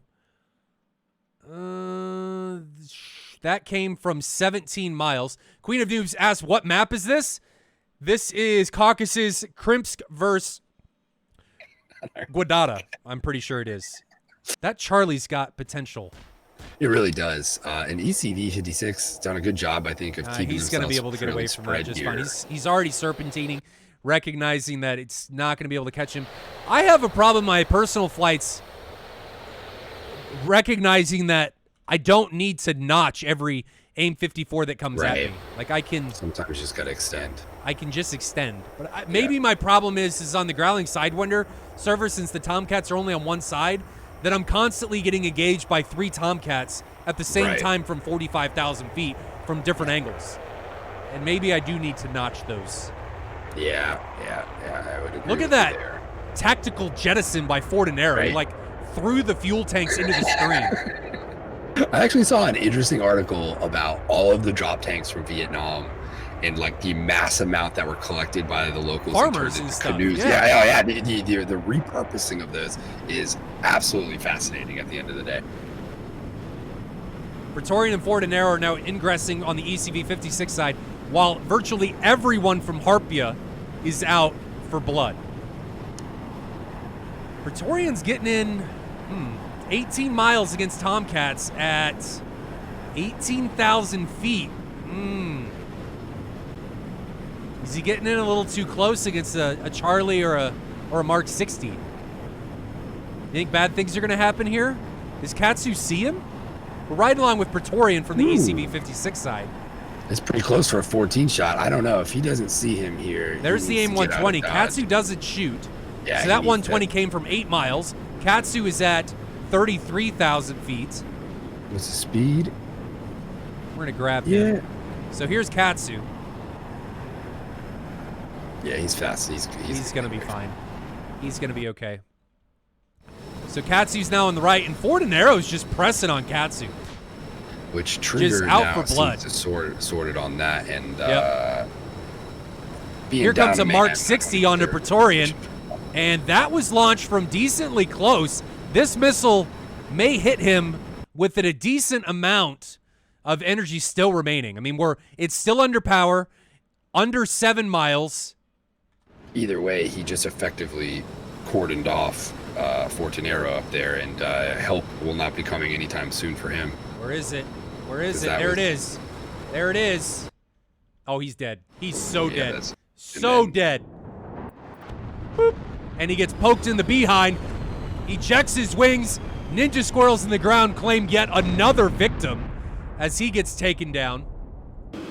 And now Fortinero up there, although it looks like he may actually be able to circle back towards Chu. I don't know. There's a lot of separation for just having 2 guys left V4 here. And I get the feeling, although it looks like Chu is pushing, and they may actually be able to rejoin here, but how much they're going to be able to do with 2 F-16s, the amount of fuel they have. And I'm curious, what are we looking at for missiles for both? I don't know. I don't. Well, let me check. So Katsu has 3 left. He just released 1. So you guys can see that taken off right there. So there it goes. It's going on to Chu. Looks like 120 coming from Chu onto somebody, but the thing to watch here is actually Ford and Narrow ingressing onto somebody. I can't tell who that is. It's coming in on Trigger. Katsu, there's all kinds of stuff going on right now. Katsu launches an AIM 54 onto somebody. 120 coming in onto Trigger. There's just all kinds of missiles in the air right now. A lot, yep. But those 2 were able to basically rejoin and be able to support one another now, and that is definitely where I wanted to see them end up. Can they grind Katsu here with what's going on there? It looks like they're trying to set that up. And that right there is going to be a problem child of a Phoenix for ECV56. But Katsu, I think, got in a little too deep. I think Katsu's in trouble, so we're going to try and get him, and then I'm going to try and get whoever's got this ECV, this Phoenix on him. So Katsu's on the right. Ford and Arrow's got the Phoenix on the left. So Katsu gets hit by the 120, and then Ford and Arrow gets taken down at the same time.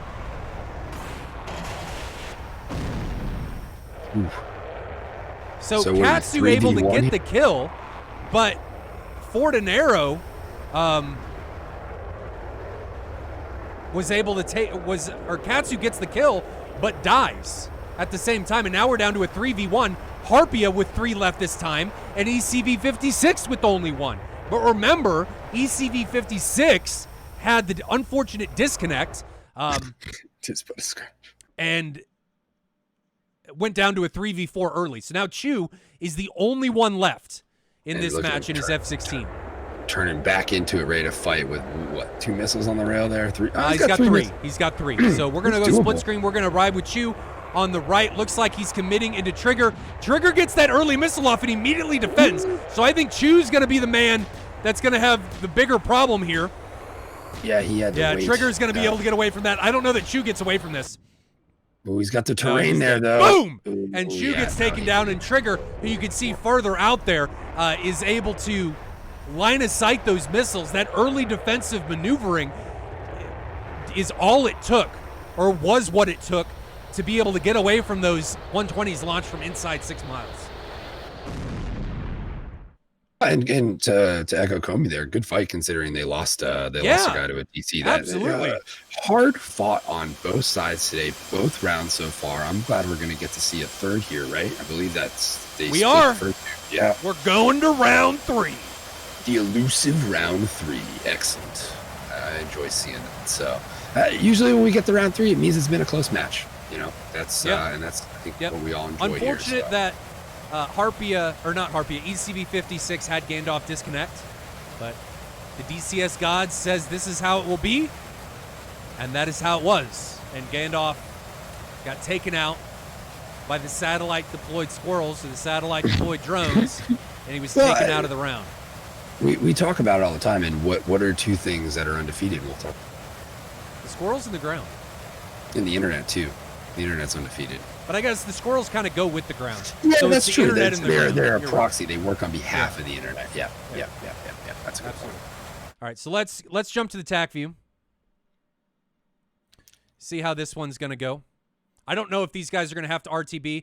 The teams can tell them that they don't have to RTB depending on fuel states, but that round went on for a while, so I'm going to assume that they are indeed going to have to RTB here. He's in burner, though, or at least just was. So I think he's going to be fine. Yeah, I think he's going to be fine. It's like the man confident of his fuel level. So we're at the point where Gandalf is already disconnected. John Merlin Madden. Bam! Whap! Well, that's where Billy and I both get a lot of our points and our talking points is from the great John Madden. I mean, I played more Madden than I can really want to even think about in my youth. I played more Madden than I can want to think about. 1, because it was a terrible game, and 2, because I really didn't know what I was doing at all.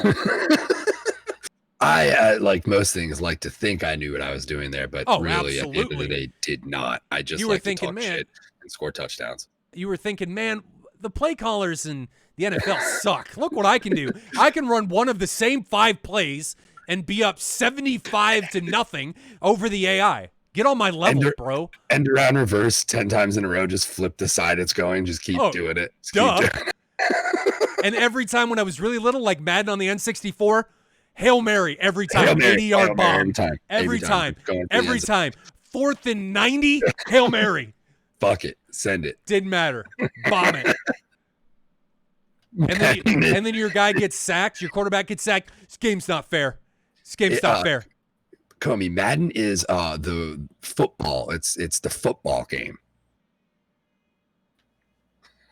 Let's trigger chat there with that one. So this is Praetorian getting hit by this AIM-54.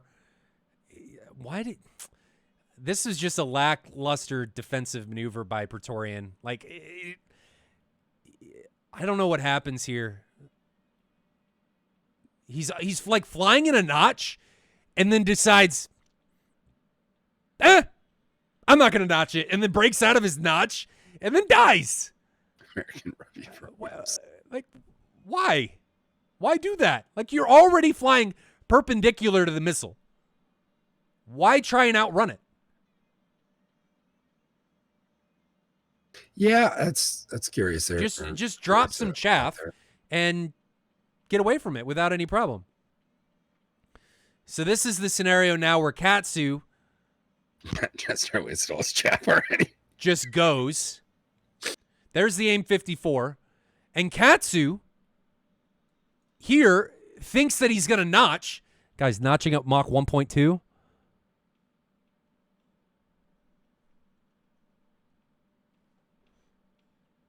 And not, where is he going? Again, it's like he's thinking about notching.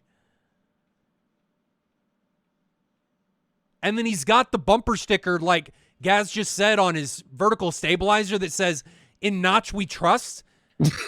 But it's like a minivan with the family on the back, but it's just a single dude because he killed all of them. And it's just a lie. It's just a lie. He thinks about getting into the Notch. Nah, I'm going to try and outrun it. It's not going to happen. The only thing you're doing is letting the missile get closer to you. Stay in the nachos and cheese. Yes. Just yes, commit indeed. to it or get out. It's like when you start peeing in the bathroom, you got to commit to going. Because it's really difficult to stop. There's no stop in the stream. That's insanity. That's insanity. You don't stop. If you can stop the stream, you're some sort of mutant or freak of nature. That's not. That's exactly what this is. You just commit. If you're going to do it, you commit. Or bad things are going to happen, and things are going to have to be cleaned up all over the place afterwards. Yeah, Uratar, man, you're not weird. Happening. I don't even want to think. I feel awkward thinking about it. Yeah, that's weird. You get that little tingle down there. It's just weird. It's just weird. But he gets taken down simultaneously, almost at the exact same moment. Guys, we've seen this 3 times in a row. If you're going to commit to something, commit to it. It's like he's committed to line of sighting it or running away, and then decides at the last minute, well, I'm going to notch it, boys, and then tries to notch it and then dies. Like, commit. You got to make your decisions early. So we talk about this serious moments from Oltar. Fly ahead of your airplane. Get ahead of your airplane. You got to be making these decisions before the missile, before you can reach out and touch it. Okay? You've got to make these decisions before that time comes. So, like, before you even get a missile warning, you have to assume that there might be a missile coming at me. If it comes at me, how am I going to defend that? So then you can execute that immediately, and you're already in a good position, a good energy state, or a good AOA to be able to make it happen. You know, and planes like the Hornet and stuff like that, where you can match up the RWR spikes to the SA page, that really helps there with identifying in a roundabout way who is targeting you and knowing what to do as a result of the fact that I'm clearly in someone's track wall scan right now. I need to do something because there's probably a missile coming at me. Right. If you're waiting, like we always say on here, if you're waiting for a pit bull, you're probably in a bad spot. It's not waiting for a pit bull. You're probably going to die. Yeah, exactly. It is a much higher probability you don't make it out of that if you're reacting once pit bull hits. Yep. And that's what happens here. Yep. I think he's trying to sort, and he just doesn't. He's not able to get the radar to do what he wants it to do. Maybe that's a hard one to one to say. I think the bigger thing here, maybe not the bigger thing. Chu turns the wrong way. Yeah, that's a solid point as well. If he would have turned left, he'd have this hill, and he could have gotten into this valley. But he turns right over the hill. Now he can't descend, right? He can't go anywhere. He has to just do what he's doing. Energy by coming up that way too. He can't go anywhere. But if he turned left, he's got this valley, and he could have line of sighted it. And he would have kept momentum there. Is the more important part. He zigged when he should have zagged. Right. Perfect example. Yep. Over the top, he just bleed. You watch the G and the energy just bleed off when he comes up around that thing and puts himself in the window for it. Let's jump in. You don't want to see my big face. Let's see what Wingtip is doing now. Do we see Krimsk? There's Krimsk. I mean, he's getting close. Yeah, he should be. And actually, his wingman's out in front of him. So okay, so let's see. There's Trigger. Oh, there's 3 of them left. That's right. There he is. There's Maz. So Maz is actually on finals.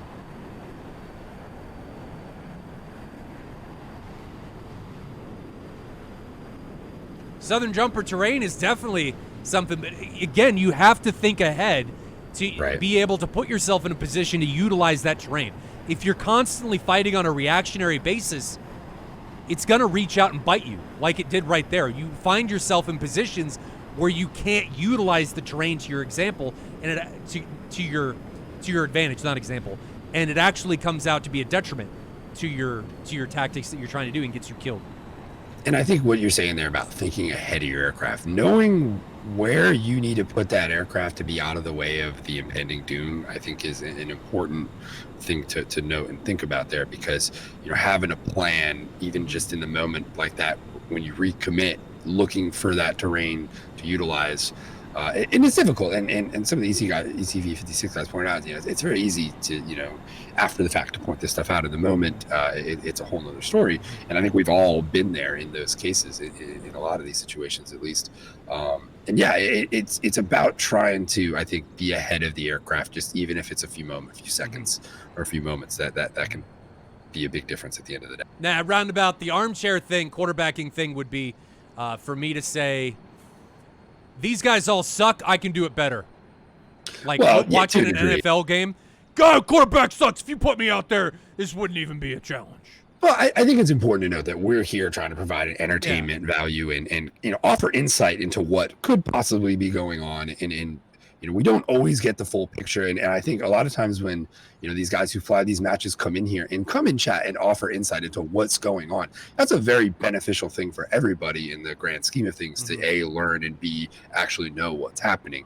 So, I think we can, we do a pretty good job, I think, of calling what we see based upon our own experiences at the end of the day. But I think, it's always worth noting that that's exactly what this is, our opinions of what we're seeing, know. Right. Oh, definitely Uncle Rico, for sure.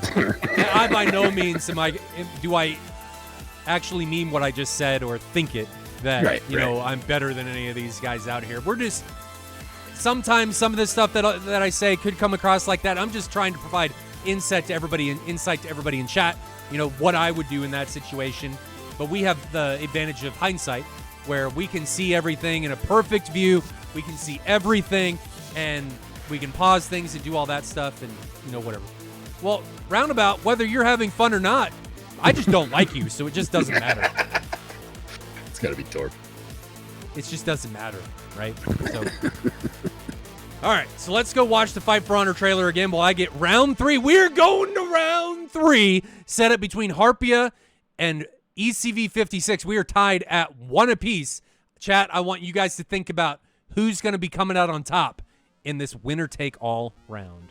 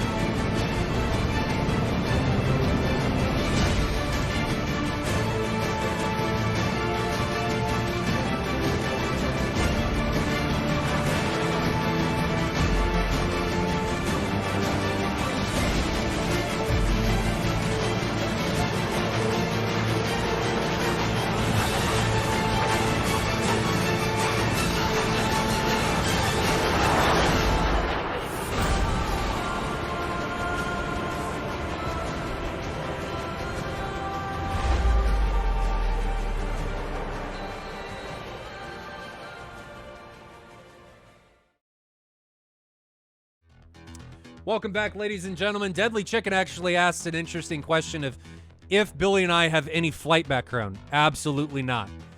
Gordo came out and said that I wrestle trucks. That's actually kind of true. For anybody that doesn't know, I got hit by a delivery truck a while ago, 3 years ago. So it gives me time to be able to provide for the competitive. You should have seen the truck, guys. Yeah, dude. You should have seen the fucking truck. I beat the snot out of that truck. I was on a motorcycle. I got bamboozled by a truck. Didn't break any bones. So I'm still on the no bone breakage train. Luckily, but that's probably because of my size. But the truck ran away scared, and I came out. I do have some issues, but it gives me time to do things with the community, and yeah, we go from there. So as far as flight background, we have none. But Billy and I have a decent amount of time in DCS, like thousands of hours. Yeah. And I fly competitively in DCS. So, DCS, people need to understand that DCS and real world, they're not really the same. Things that work in DCS don't really work a lot of times in the real world and vice versa. So you just kind of have to come at this from a different angle. And that's where we come from. So I'm by no means the end all be all to BVR or whatever tactics, but I like to think I kind of know what's going on, maybe. But chat usually sets me straight if I say something wrong, and same goes for Billy. Yeah, and I think it's about, it's experience. We've seen a lot happen in the sim, and not even talking about tactical situations, but some of the nuances and oddities of the sim. Like, I think we have a pretty good understanding of, when it's a bug, when it's not a bug, what is right, what is wrong within the sim. And I think where I'll at least, claim my knowledge or expertise is on the simulator side of things and Billy, that type of stuff. Gordo says you got the Robin Old stash. I mean, I'm definitely trying to cultivate that type of look going on there. So thank you very much. I do appreciate that. That was a good little. I mean, there's few guys within the fighter pilot world to be associated with as classy or as I should say as legendary as the old Robin Olds there. So for sure. Yeah, one of the greatest leaders, I think, in American military history. So his book is absolutely amazing for those that it was pretty good. It is. The video on tape, the book on tape, actually on Audible, is pretty good too. Very, very good. A lot to learn from that book. So I enjoyed that. For sure. I take my daughter to daycare every morning, and I listened to that on the trip, and it was really good. Not only from the tactical perspective, but just in a glimpse into the life, not just on an airbase and an airplane, but into the life of a fighter pilot. Yep. And he came out of World War II, a very famous person. I believe he married like a movie star and all that stuff. So he led a very interesting life. And his daughter, Christina Old, she does an amazing job of keeping a legacy alive. I'm a part of one of the Facebook groups that I believe she's an admin of, and just the different stories and stuff that gets shared is pretty amazing. She really does do a good job of making sure the world does not forget about Colonel Robin Olds there. No doubt, like I said, probably one of the greatest leaders in American military history right there. So for sure. He's an epic one, no doubt. No doubt at all. So I'm just finalizing stuff down here for Harpia down at Guadada. We're going to jump back into the sim. These guys should be taking off here in just a second. Again, this is 1-to-1 Harpia ECV56. Let's get back into it. Yeah, I think we're going to have ourselves a pretty good round 3 here with the way those first 2 rounds shaped up. You forgot again to rename the damn window. I'll learn eventually, guys. This is off tracks. Basically, Moltar collects the tracks after the matches, and then we replay them on here. What is there, about a week or 2 separation between when the match took place? Month? Okay, it's a month separation. The reason we do that, guys, instead of doing it live, we did it live last year and the year before. It just provides a lot more flexibility for the stream, for the teams. It's just an all-around better experience than, in all honesty, doing it live, because it affords us more time, and things aren't. It's just easier. I mean, last year, Billy, you'll comment on this. There were times where we would sit around for like 45 minutes waiting for teams to take off. It was a process getting all that together, and it just requires a lot of helping hands and people to organize all that stuff. It really is a huge production when you try to do that live, and especially with the way the sim can be set up and the way the things are, it just works better and more effectively. I think it's a better, more entertaining product at the end of the day. Yeah, it doesn't have that like the unpredictability of a live match, but I think when you subtract all the problems like you're alluding to that come with those live matches, it really is a better experience, and most people I've spoken to have relayed that to me, where they really do enjoy this more than the old way we're doing it, because it is more efficient of us showing you what is worth seeing at the end of the day. So and we can stream more, so instead of just Saturdays, right. we're on 3 days a week, which is more better. action for everybody. My right, wife doesn't hate me. Right. Yeah, it's not like some 6-8 hour days on Saturdays trying to get all of it in and do a lot. Yeah, so. like I'm still able to go to.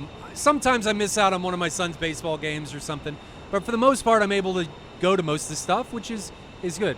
Maz, I'm not sure what Maz is doing. There he goes. Somebody asks, is it a big production to do it live or not? It's work, so I commentate. I do all the cameras. I run the event. So I guess you could look at me as like Mr. Competitive DCS. So I do virtually everything. Billy just gets to cruise. Yeah, I just show up, twirl my mustache, and say some dumb shit for a few hours and pack it up and go home. That's Moltar is really the man behind the curtain, pulling all the levers and making everything happen over there. Which leads us to a good point. There is opportunity for people that want to contribute and run their own camera angles. We're gonna, starting in about a month, we are going to be starting to do first-person camera angles with a lot of this, hopefully. So that means that at least with 1 or 2 pilots, 2 to 4 pilots maybe, depending on how the GPU thing works out, we're going to be able to ride along with them in the cockpits and flip views and do all kinds of stuff. So if there's people that want to run cameras or even just be able to run a track and not even do anything, but just sit back, if you watch every one of these streams, to just be able to run a camera for me and just have it play in DCS and then send me the footage and then I can put it up on stream, that's hugely appreciated because it allows us more flexibility and more things to do because my PC hardware can only do so much. So roundabout, yeah, we're going to be able to do first-person cameras. We'll be able to ride along, hopefully, with see their track IR, see all of that stuff in the pit because I'm forcing Dictator Moltar has forced everybody to send me their first-person cameras, their first-person tracks. So there's going to be some issues with them as that comes with first-person tracks, but it's going to be cool. I'm really looking forward to that. It's going to be more work, and I do need to get a better GPU for it because right now I'm running 2 DCS clients at the same time. We may have to drop to 720p, but I think it's worth it. I think all of that is worth it. We've got live TAC view, so if anybody doesn't know, we do run real-time telemetry with the streams. You just have to go to type !TAC view, and you'll get the information to connect to my PC and be able to run TAC view advanced and be able to see live telemetry from these matches. Somebody asked, will we have to change your name to Camera One? I think he's talking to Comey. Yeah, Comey. He's even in the 64th. He's just going to be Cam. The Comey Cam. The Comey Cam. Yeah, yeah. Just focused on Hornets with their hook down. That'd be funny. I would laugh so hard if that was what Comey did to the camera angles. He would just move around and focus on that part of the aircraft for the whole match. It's the equivalent of driving around with your blinker on. Slice back. They cannot use labels. That is disabled. They can't. That's disabled. I'm able to turn them on because this is a track, and you can edit the tracks to be able to turn labels on. So that's why we can see labels. In the actual matches, that's all disabled. Everything with integrity check is on. No labels, none of that.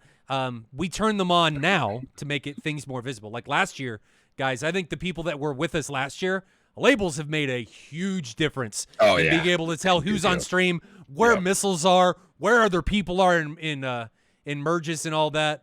Southern Jumper says he misses those streams. There's no doubt it's fun, and maybe we try to do one live match a year or something like that. I'm sure we can maybe find a way to make that happen, especially once we get closer to the playoffs or something like that. I don't know. We can talk about that later. It's just hard. It is. It's a challenge at the end of the day, but I think I get where Jumper's coming from at the end of the day. And to Slice Back's comment, I think we do a pretty good job of hunting down what the exploits are, knowing what those exploits are, and making sure people don't do that type of stuff, because at the end of the day, the integrity of this, I think, is very important to both me and you. And I think the last thing we want is this to turn into something where people can come in and exploit the sim to just be able to game the system and win all the time. I mean, there's no point. there's no point in us doing that if we don't put an onus on trying to prevent that type of stuff. Well, and we do a pretty good job of policing a lot of that. Right. There's a lot of rules that you guys don't know about that we talk about in the stream every once in a while, where people, there are exploits that exist in the sim, and there are rules that exist that say, if you do that, your team will forfeit the round. So there are things that you can do in DCS that we just say, nuh-uh. There's no place for that in a competitive environment, because it's not conducive to competitive play, and it's not sportsmanlike. We don't want to put any of that. So that leads me to the server that's coming. Bear said it maybe today, maybe tomorrow when it's going to release. That is going to be heavily policed. Like, if somebody sees somebody doing stuff like that, they send me a track, and I banhammer their ass, because it totally destroys the multiplayer environment when people take advantage of things like that, and I don't like it. I think that people that do that are just low, scummy kind of people, and that feel like they have to take advantage of that. Like, Moltar, well, you can do that in the sim. Dude, I don't care if you can turn invisible in the sim. No. Absolutely not. If you don't regulate that stuff, you might as well be playing Ace Combat. I mean, let's be real about it at the end of the day. When we take the integrity out of this whole thing, from the simulation aspect, when you allow that type of stuff to happen, you're basically just playing Ace Combat at the end of the day. And I don't think I think there's almost everyone who finds DCS has probably come from that type of environment looking for something a little bit more real. And I think it's on us, the people administrating this type of stuff, to make sure that type of crap isn't possible. And we don't... By no means are we saying we catch everything. Like, Sliceback, if there is an exploit, send me a message on Discord, man. Yeah. If you know that exploit exists, I'm all ears for hearing about it, so we can be on top of it, because we want SATAL to be about no question about how people died or whatever. You want to know that you got outplayed. We know that DCS sometimes takes a massive dump, and there's nothing you can do. You get out DCS'd sometimes, but sometimes there's not much you can do about that.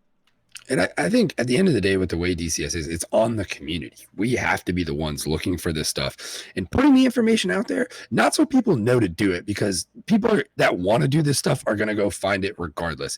It's putting it out there so that people that don't want this stuff happening can know what it looks like and know when they're seeing it happen to them and call it out appropriately.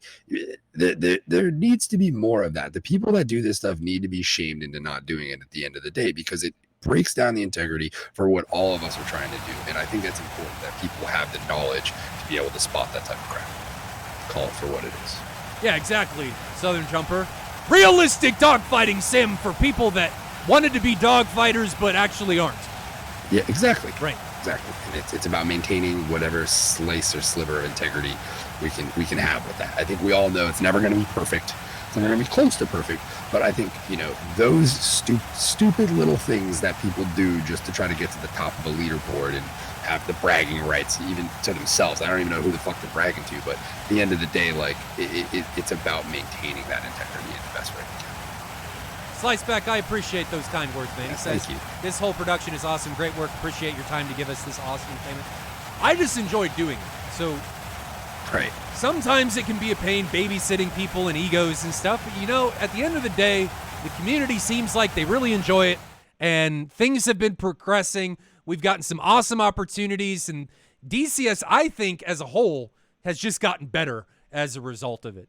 I agree. You've seen a drastic increase in squadron and player performance and aptitude since SATAC and SATAL started. So I'm not going to take credit for all that, but just to me, watching people fly on multiplayer servers, and maybe it's because of SATAL, maybe it's not, people have just gotten better.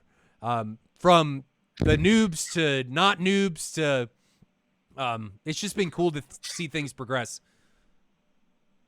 I think, it's about, at least for me, since I got started into doing DCS stuff, it's about giving back to the community. It's about helping grow that community.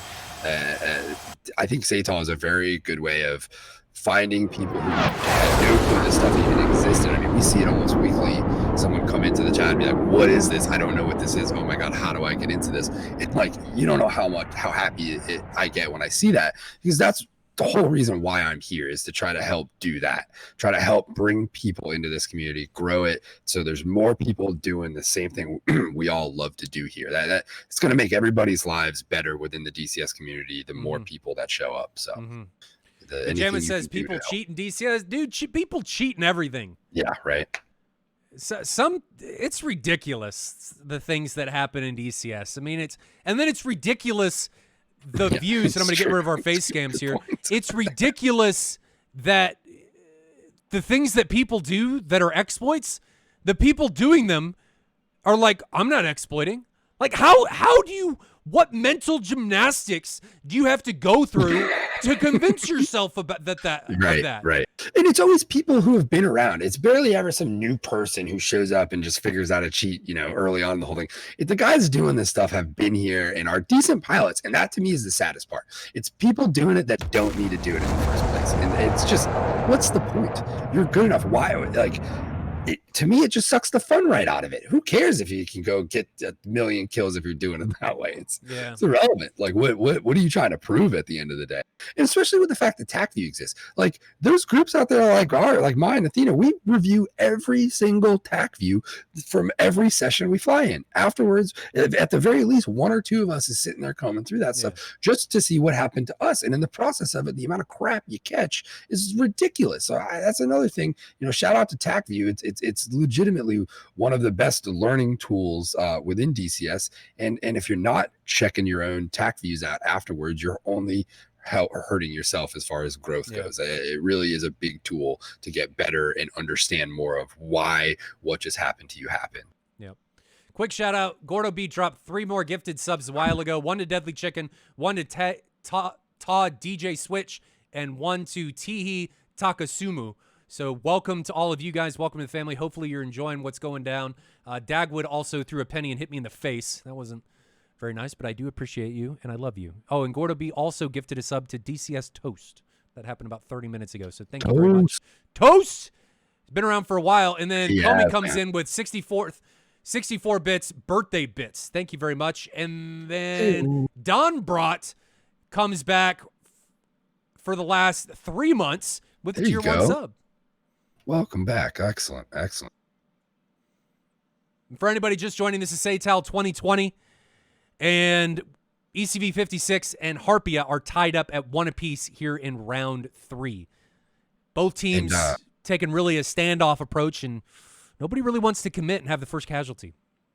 And Praetorian noting Malevo is the Rio for ECV's cat. So get a shout out to the Rios there. Rios are one of the underrated unsung heroes. Unsung heroes. There we go. Thank you. Of the DCS world. Big difference when you get a guy back there running the thing who knows what he's doing. No doubt about it. So shout out to those Jester will guys. just leave you.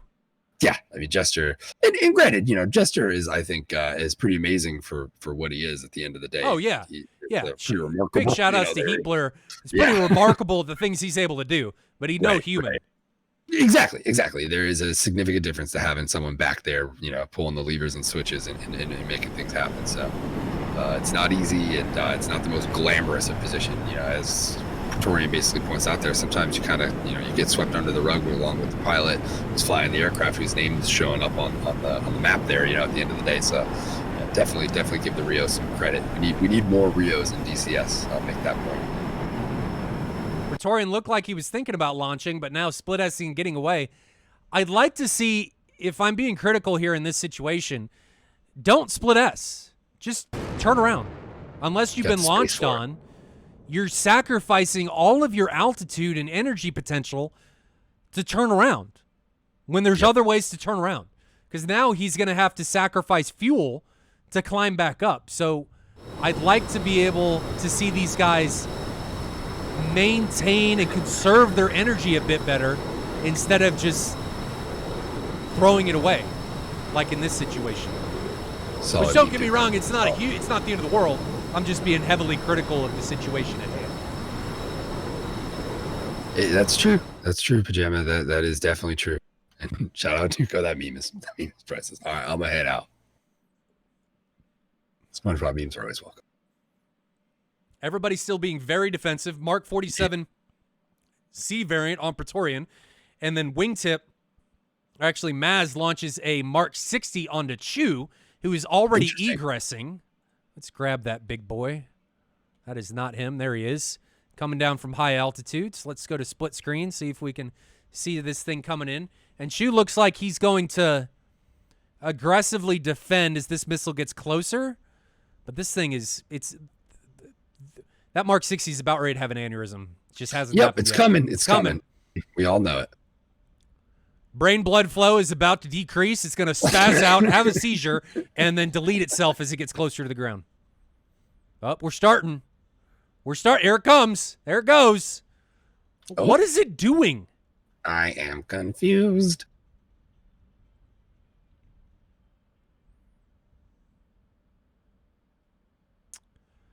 There it went. Oh, my God. There it goes.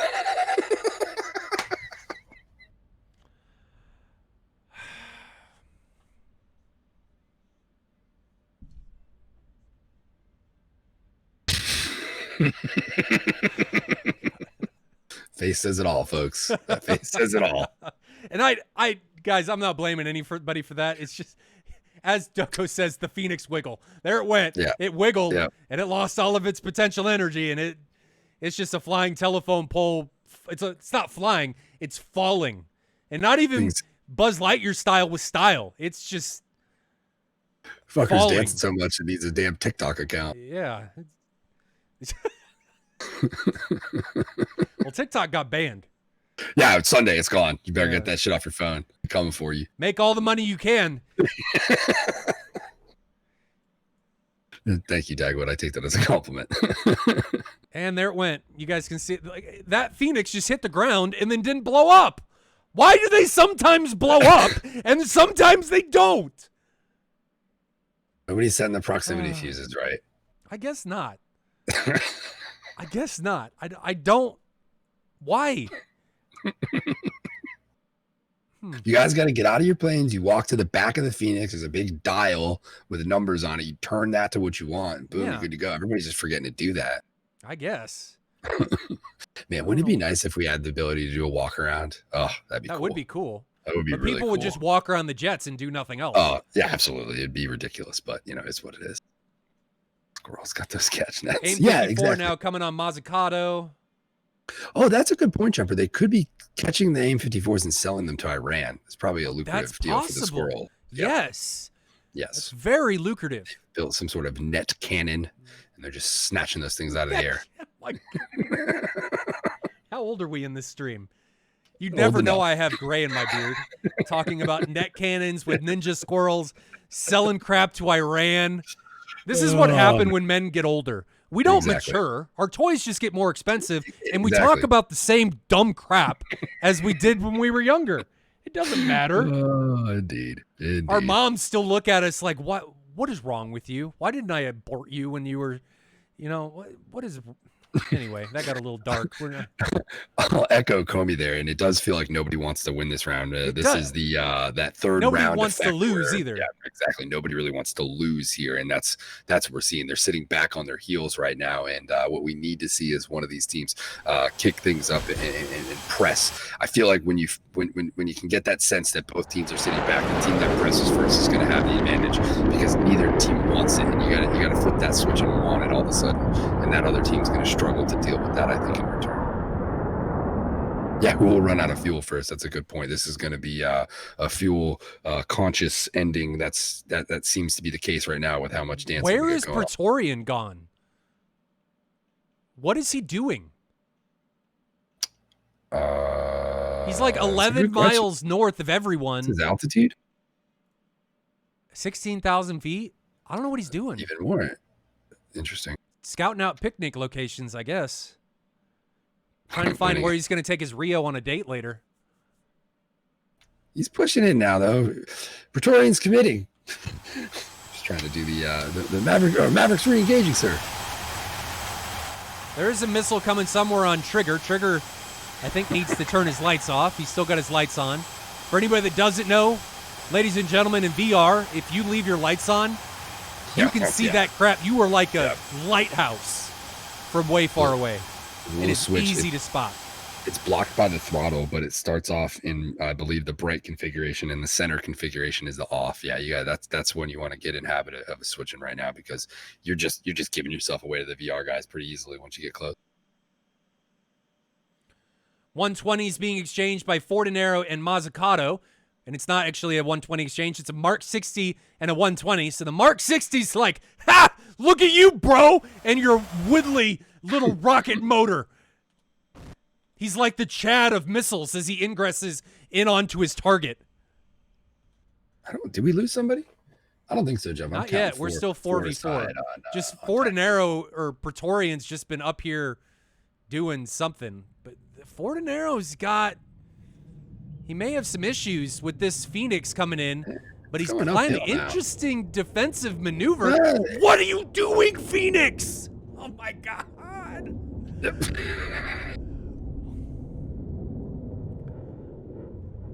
Why does it do that? Oh my! It's tracking fine, and then it freaks out. Maybe people are? Is that what it really did?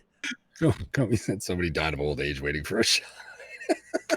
Now we've got another Mark 60 coming. I think that's onto Wingtip, and Wingtip is in a world of trouble, about to be a world of pain. Let's go to split view. Here it comes. Phoenix, first kill, and pop. There it goes, and he gets deleted. The first removal is Wingtip getting taken out. So Comey says something about nothing happened, and then Wingtip's like, I got you, bro. And then ask and you shall receive. He makes it happen. Oh, here comes a Phoenix. Is it going to delete itself? That's not even where it hit. Oh, we got an impact from that one, though. Squirrels missed that. But it was like 30 feet from where the missile hit the ground.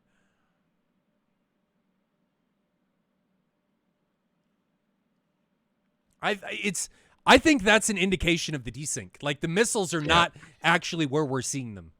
Yep. So if we take anything away from there, guys, and I've been seeing this a lot on Savior posted a video a while ago about him dying to missiles that were hitting around him. They weren't actually hitting him. And I don't think it's necessarily just a Phoenix issue. The missiles disappearing without blowing up may be a problem, but with the Phoenix. But I think the Phoenix detonating is somewhere else other than it hits. I think it's an indication of possible desync between clients, right?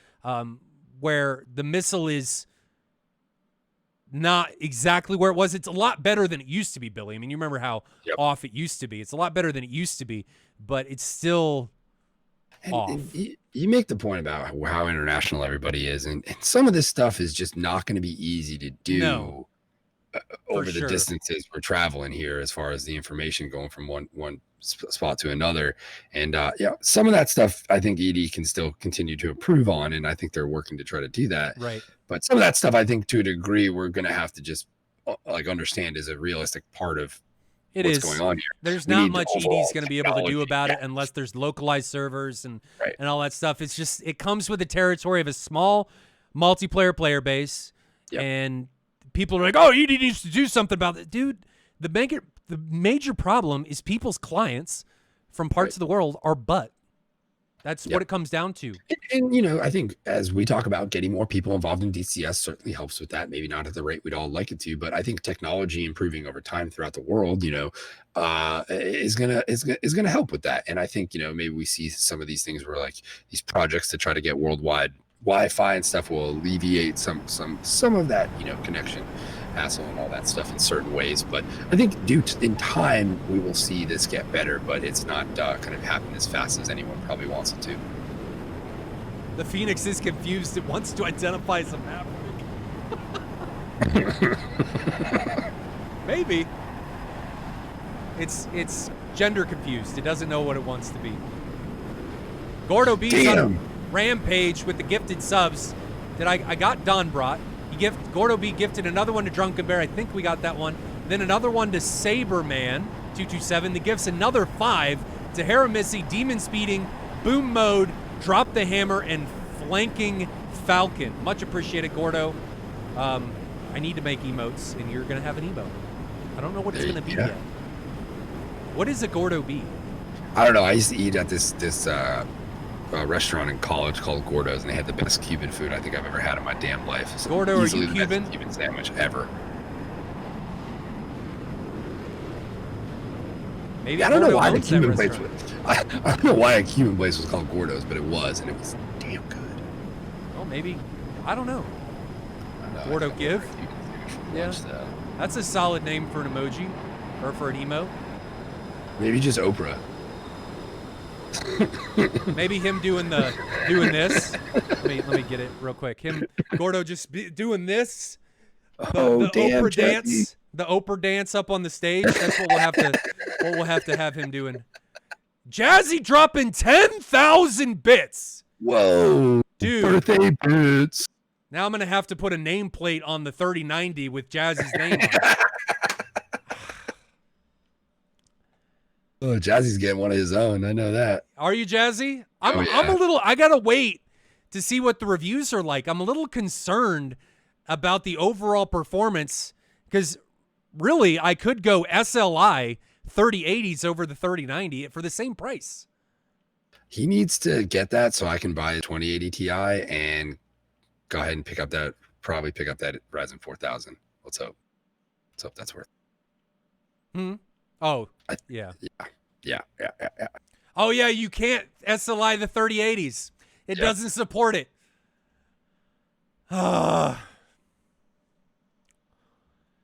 Sometimes tech companies, I look at you and just wonder why. Yep. Why? Oh, right. It's because of money. Got to have reasons to buy those bigger, badder cards. As Comey says, 3090 sales, bro. Right.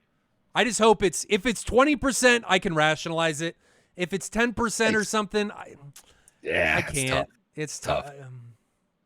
It's tough. I mean, but then I have to question, would the VRAM help? Because I am running multiple clients. Is that my limiting factor? I don't know. Maybe.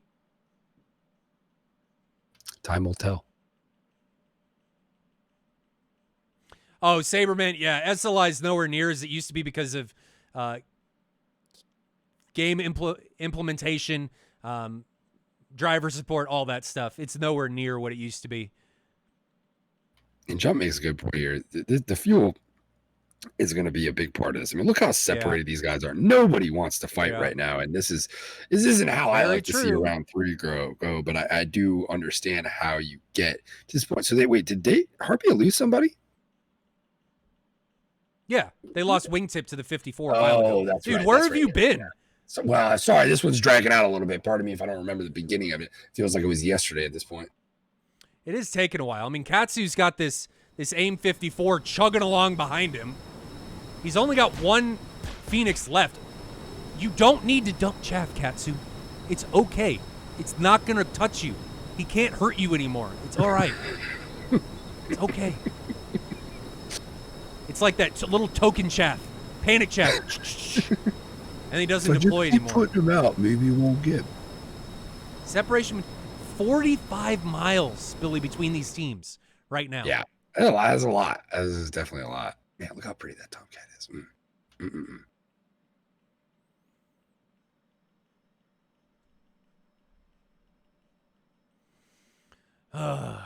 This is a long round for Gold League. Yeah, it is, and fuel's going to play a factor here. I mean, I'm sure everybody's been conserving, considering what they're doing and how they're going about this. But at the same note, this can only last so long. Dude, assumptions always come back to bite you, though. It's true, and I will say this though: I feel like once the proverbial shit hits the fan here, it's going to hit hard and fast, and these guys all are going to have a lot of missiles left for the most part once that happens. So I think we're going to see a fast and furious ending to this. But I think we got a little bit more dancing ahead of us. Although it does look like Harpia now pressing, maybe ? Not sure. Gazra, I don't think it's a bald eagle. That is a harpy eagle. Yeah, I believe so. Yeah, and they eat mother trucking monkeys. They're enormous. You should look them up and look how big their claws are on their. That's an actual bird type. Huh? Like that's real. It hunts in the jungle. Like it's disgusting how terrifying that thing's talons are. And you guys can get a good view of it right here. Yeah, I just put the... It's terrifying. Yeah, no, that is no joke. Oh, yeah, you learn something new every day. Even we get some little nature facts going on Like they today could carry off small children. Bigger than small children. Like big children. They could carry them off. Look at the beak on that thing, too. Oof. Well, when you hunt monkeys, you know, you you gotta bring the pain train. Right. And that looks pretty gnarly. It looks like a raptor claw on the front of his face. Yeah, it's like a flying velociraptor. Which I guess that's what birds are, since they're called I'm digging myself in my own hole. I just need to stop talking. Anyway, missiles are continuing to come off the rail. Trigger launches a 30-mile 120.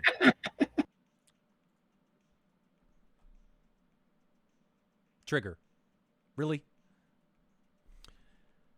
How many do you even have left? All right, you have plenty. I understand, kind of. AIM 54 now coming from Katsu onto Ford and Narrow. That looks like it's a Charlie variant, so that looks like it's going to run out of juice. Yeah, 1,500 knots right now and closing on its intended target. Give you guys split screen so we don't miss any of the action over on the right. But Trigger thought about pressing onto Ford and Narrow. Oh, that Charlie, it's not even tracking anymore. Katsu didn't support it. That could have run his ass down. Guys, support your missiles. Support your local missiles, guys. It's important. It's important. If you want things to happen in this environment, if you want change to come, support your local missile. We won't get political here. Ribbon Blue is continuing the gifted sub they got from Gordo B and gifts another sub, though I don't see. I don't know how that works. I didn't see a sub gifted. Shifty Mover comes in with 35 viewers on the host. Thank you very much. For anybody who's joining, we are in round 3 of this best of 3 matchup. Harpia taking on ECV56, tied 1 apiece. And we've only had 1 casualty in this round. Has been going on for almost 30 minutes. Fuel has got to be a problem. John Clark says there is more action in the chat than there is in the match. I have a feeling once the action starts in this match, it's not going to stop.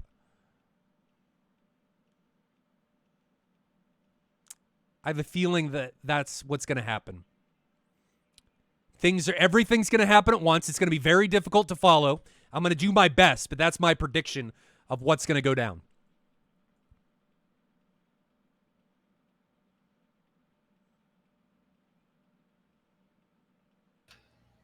Oh, Katsu pretty deep here. Neither of those Torian, two are in a position. What are you doing? Not sure. Oh no! Oh dear. Oh. And Praetorian looks like he's righted his aircraft into the ground. That was an over-G if I've ever seen one. Yep. So that right there, ladies and gentlemen, was what comes out and bites flanker pilots a lot of times. Dual loading your surfaces. You're pulling and you're rolling. You're pulling and you're rolling. And your wings lack? No. And it just leaves you hanging. And without wings, you can't fly very well. Well, folks, that there is the reason why fly-by-wire systems were created. Because it is not easy for a human being to manage that in the heat of the moment. Well, the F-15 probably needs 1 wing. The F-15 is a mutant, dude. We all know that. Well, the F-15's like a flying body. I mean, it's called the flying tennis court for a reason. Yeah, that round we had against Ta and Golden Crown, Mach 1.9 on ingress. It was time travel. I think it was. What? Are you kidding me? Thing was crazy. But back to this like, match, we're down to 3v3. Indeed, yeah, they have done a decent job of keeping this thing separated. That's for sure. It's about the best we've seen them do so far, though. And Sliceback, that I believe that F-15, the Israeli F-15 pilot said he did not even know he was missing a wing because of the fuel spray until he got on the ground, which is even more amazing. Meaning he landed thinking he had both of them, which is you could crazy. land and you could think that other things are catastrophically wrong. Right? No, that's why you're getting stuff and things are weird. But I think that's a testament to how well the F-15 flies and how much lift it generates. Right. From its fuselage. Right. Fast forward. Roundabout, there's no fast forwarding here. Damn it, Tor. You get out of here with that business. We don't do that here. God, only thing we'll ever do is pause every once in a while. And then you guys get mad at me for pausing sometimes because I break the flow of the stream. I mean, this match might as well be paused right now. Katsu, why are you launching an AIM-9 from 9 miles? 11 miles, excuse me. What is that? What is this? This smells like desperation. That was a little strange there. He's not going to know that's coming, and he's already pretty cold. Well, he doesn't. Maybe he thought it was a Phoenix. And he may have thought it was hot because if you're just getting a 9 tone, you're not going to get velocity on it unless the Rio is picking it up. So we got 3 pilots remaining for Harpia, 3 remaining for ECV56. Maz is hot for Harpia. Fortinero is hot for ECV56. Chu looks like he's starting to recommit. And Fortinero looks like he's getting ready to try and make something happen. It looks like it's shaping up to actually start to happen here. That is Fortinero. He's got 3 120s left. Give you guys the split view so you can see what's going on while we ride along with Fortinero's aircraft. There goes the 120. Why? Why did you just double tap? He might have. Was that on? It's on Katsu. Oh, no, it's all on Katsu, yeah. That seems wrong. Especially with the position and closure rate that's going on there. Yeah, they're going to bleed all their energy in this turn. Yeah, they're not going to catch him. So now Fortinero has 1 missile left. Did somebody just run out of fuel? No. I thought Fortinero did, but he went back to idle. Okay. So Katsu's able to get away from that one. Fortinero wastes 2 missiles in that ingress scenario. Now another 120 coming from Chu. I don't know who that's on. It may be on Maz. Can't tell. I think it's on Maz. So let's grab. I think it's hard to tell, but Maz is moving. Maz is trucking. So here's Maz. There's the missile behind him, 2.7 miles. No way. No way does that have a chance in hell at reaching out and touching his aircraft. Maz was in a really good position to defeat really any incoming threat. Well done by him, making that a non-starter. And now Katsu and Trigger are hot on the ECV56 side, or against ECV56. And ECV56, everyone is cold.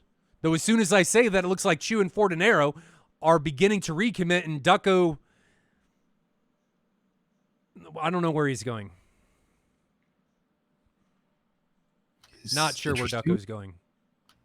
I can imagine the 16s have got to be getting close on their fuel limits here. Fortinero may be in a position to make this last 120 count. He's 1 missile left inside 5 miles. There it goes, and it's coming in onto Katsu. Katsu gets a AIM-9 away, but I don't think that's going to be enough, and Katsu gets hit. So he was just trying to live on the wild side and get in deep and in close against the increasing ECV56 side. And now we've got a 120 coming in on Trigger, and Trigger jettisons his tanks, realizing that those are going to inhibit his ability to defend. Is he going to get away from this 120? I don't know. It's really close. It is very, very close. Oh, man. That was about as close as it gets. That thing flew right underneath his aircraft and just didn't have the energy in the tank to be able to pull up and hit him. And Ducko's still cold. Oh, I bet you I know what's going on with Ducko. He's probably low on the fuel. They realize that, and they're trying to have somebody that's going to be close to the edge of the bubble to be able to make it home. Looks like I guarantee that's what's going on. Especially now that it's 2v2 down there, yeah. Smart. Well, I say that, and he turns around. But he needs to give the illusion that he's still in the fight, maybe STTing some people or just being there, but being up towards that end of things is probably the smarter way, but not sure. They may not be doing no. Trigger's run out of fuel. Ooh. You guys called it. Fuel is a problem. Harpia. Oh, no, don't shoot at your own guy. Oh, it's on forward and arrow. Okay, thank God. I was like, the guy's out of fuel, and what are you doing? And you're shooting at him. Double fatality. Just end him. Oh, but Trigger's out of fuel, and now he's got a 120 coming at him. He can't do anything about it. Half mile, face mile, he gets taken down. And now Mazzucato is the only one remaining. The only one left for the Harpia side. Mazzucato, you're our only hope. You think he's got it in him? Think he's got some epic ninja cheese? Does he have the cheese to be able to make the comeback? Does he have the weapons? He's got 3 AIM-9s, so he's got a chance. I mean, right now, if I'm him, I'm just trying to waste as much fuel out of the other side as I can. Because I know it's already with you. We are head-to-head. Here we go. Head-to-head. Split view. Here we go. Maz on the left. Chu on the right. There go the missiles. AIM-9. Misses. Flared. And Chu is still hot. So now Chu he's got everything. The ball is in his court. But all he has left is 20 mil. What a fitting way to end if this goes down to it. Guns. I mean, what a way to end this epic matchup. It feels like we're gonna get there, though. I struggle to see either of these two dudes making it back to base. Well, we got Ducko way up there to the north. Oh, that's true. I forgot about that. Yeah. So fuel is not a worry, I think, for these guys. Is Chu going to be able to pull far enough in front? Yes, there goes some hits. But the tanky Tomcat is still up. Excellent shot there by That was a great shot. Put the pipper up and pulled through and got the rounds on target. Well done. Textbook for sure. Is this going to be the next round? Pulling in front. Little more pull. I like that he's not trying to force it. No, he knows he needs to. He's angling for a position, and he's doing a decent job of doing that. I think he's also seeing what the heck the deal with this Tomcat is. Is this thing headed down, or is it? It looks like he's still maneuvering them pretty good. Well, it looks like one engine out. Yeah, well, no, they're both up. I can see flames coming out of both. Yeah, there it is. Yep. He's just pulling a lot of AOA. It looks like his landing flaps are down. Yeah, it does look like that. So maybe the hydraulic system is they very well could be damaged. That may not be him trying to exploit more AOA. No, he took a bunch of 20 mil. That's definitely a possibility. But Chu is slowly making it around. And saying that, I think the Tomcat's out of gas. Yeah, no doubt. I think he's leaking fuel there, and that's not helping with that one bit. This is it. Line it up, Chu. Put him out of his misery. There it is. Good hits on target through the 9 line. There goes his wing. And that is going to be it. Good couple bursts from Chu. Ending the dreams and hopes for Maz and Harpia. Well done. It looks like 2 good shoots there, too, so they made it out. We don't care about that. Death is all we want here, Billy. Moltar puts the thumbs down for death. Right there. I am your dictator. I am your Caesar. Finish him. But actually, as soon as Chu did that, Chu's out of fuel. Yeah, no, I mean, I didn't think he was doing a whole lot after that whole thing. Damn.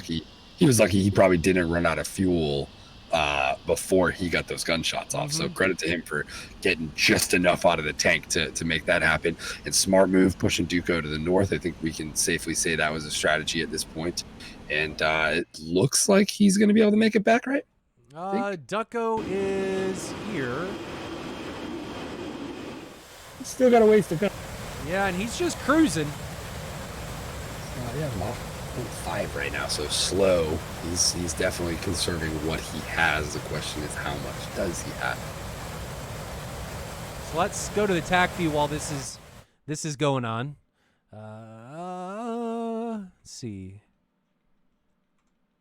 Roundabout. I think there is some airport sets that do offer tankers as part of it. I don't believe this was one. Yes, there are. This is not one of them. Some of them are ridiculously long. Like, there is a mission location, a Napa versus Tbilisi. That exists. That is a thing. And it has a tanker. There are some very, very long ones here. This one just doesn't have it. Shout out to Duco. That's funny. We all see you cruising, Ducko. Hopefully you're not cruising into the ground. We're going to find out. So I pulled up the track. Let's switch over and see how this match actually unfolded. There was a lot. We're going to fast forward a lot of this because there was a whole lot of nothing that happened throughout a big part of this.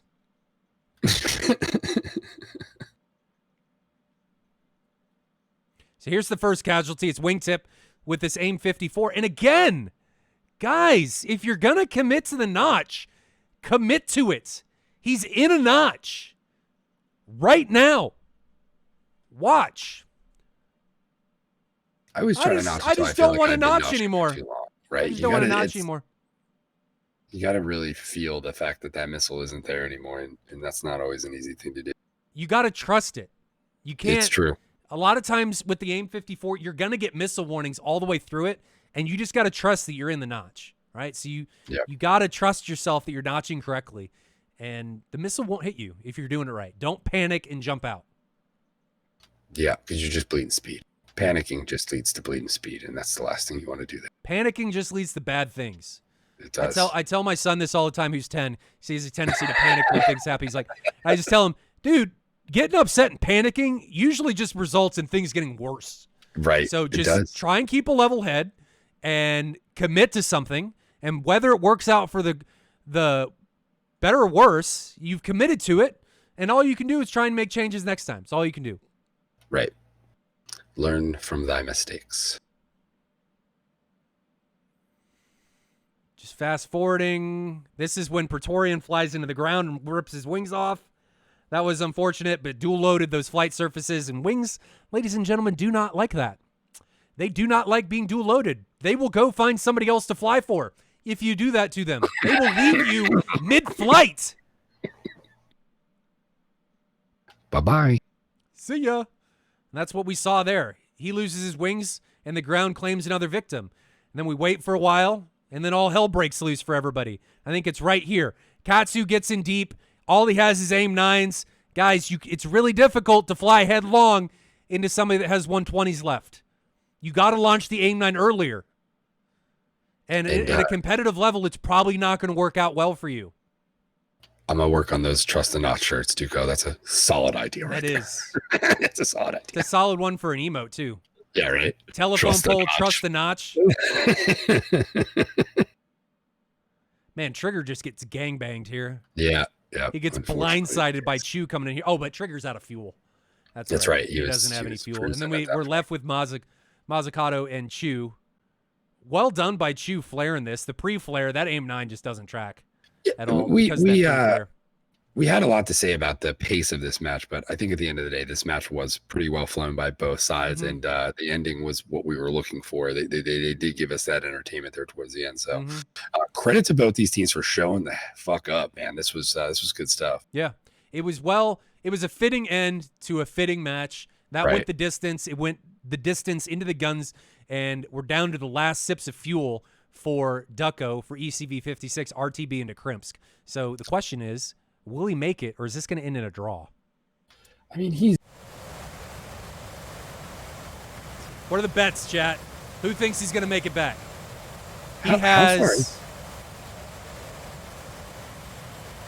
32 miles. He's at 26,000 feet. I think he's going to make it.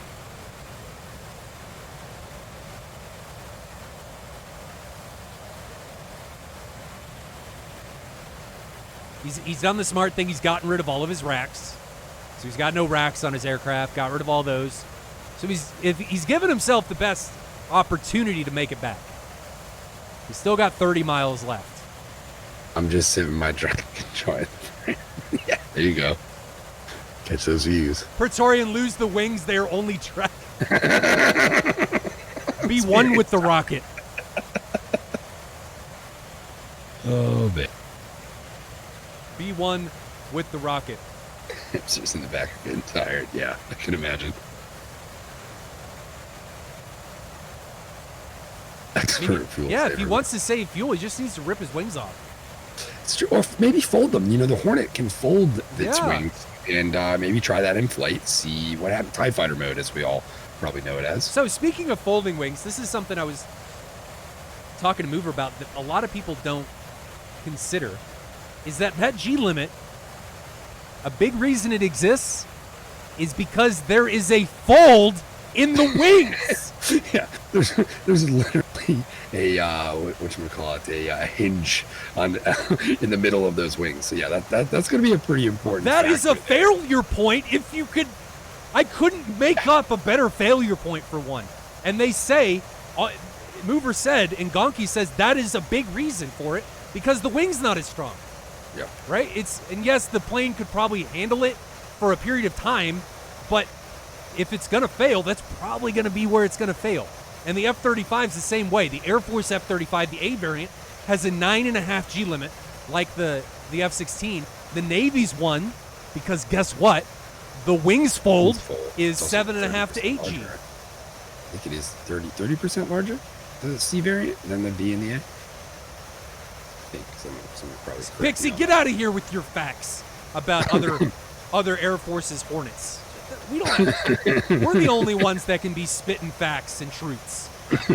You can't. Spanish Hornets.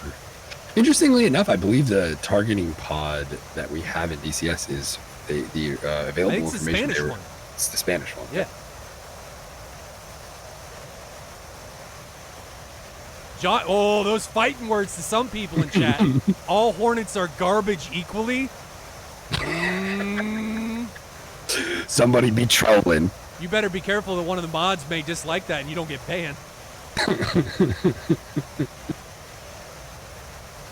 Skittles, yeah. That's how all G limits are for, is to make sure that it's for airframe life because they're an asset. They're not disposable. So we're just trying to mimic that in Fight for Honor. That's all we're trying to do. Not that in real life, if you took a real aircraft like a Hornet and put it through 11G that it would fall apart. It probably wouldn't, but no. Could it? Possibly, especially if it's old. And ED's worn the cockpits. We know they're not new. Right. I mean, come on. Right. That's how we know that. I mean, if you've seen the A10, you know that's factory fresh. If you want the textures, pick up that update this week. Or is it this week? I think it's next week. Pretty sure a KC-10 could outmaneuver Ducko's Hornet. I mean, maybe the DCS KC-10s, those things put on some maneuvers. They go inverted. I'd hate to be a non-strapped-in crewman when stuff like that happens. Man, I'd love to get a tanker module. Wouldn't that be cool? It'd be so nice to tank, like just be flying around tanking people. I'm just envisioning people with the booms just beating the shit out of people coming up to take on their aircraft.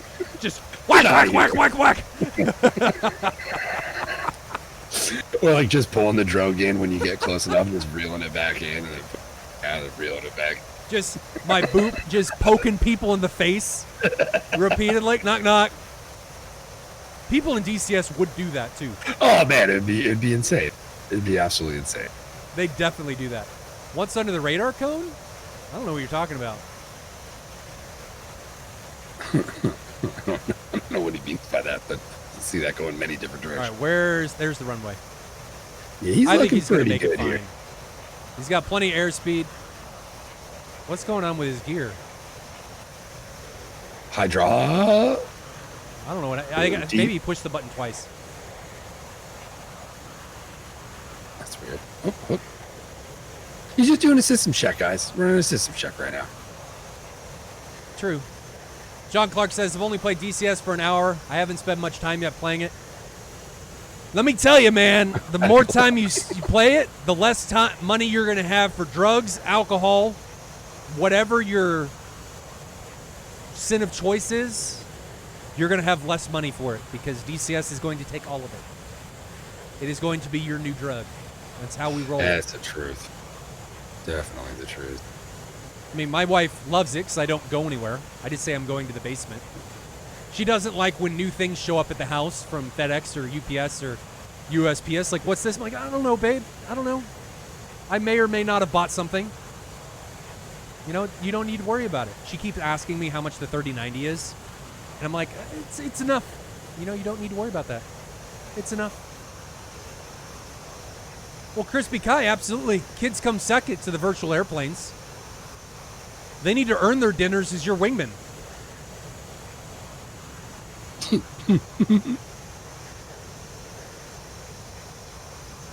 John Clark says, I already bought the F-18, I think. Wouldn't you know if you bought it?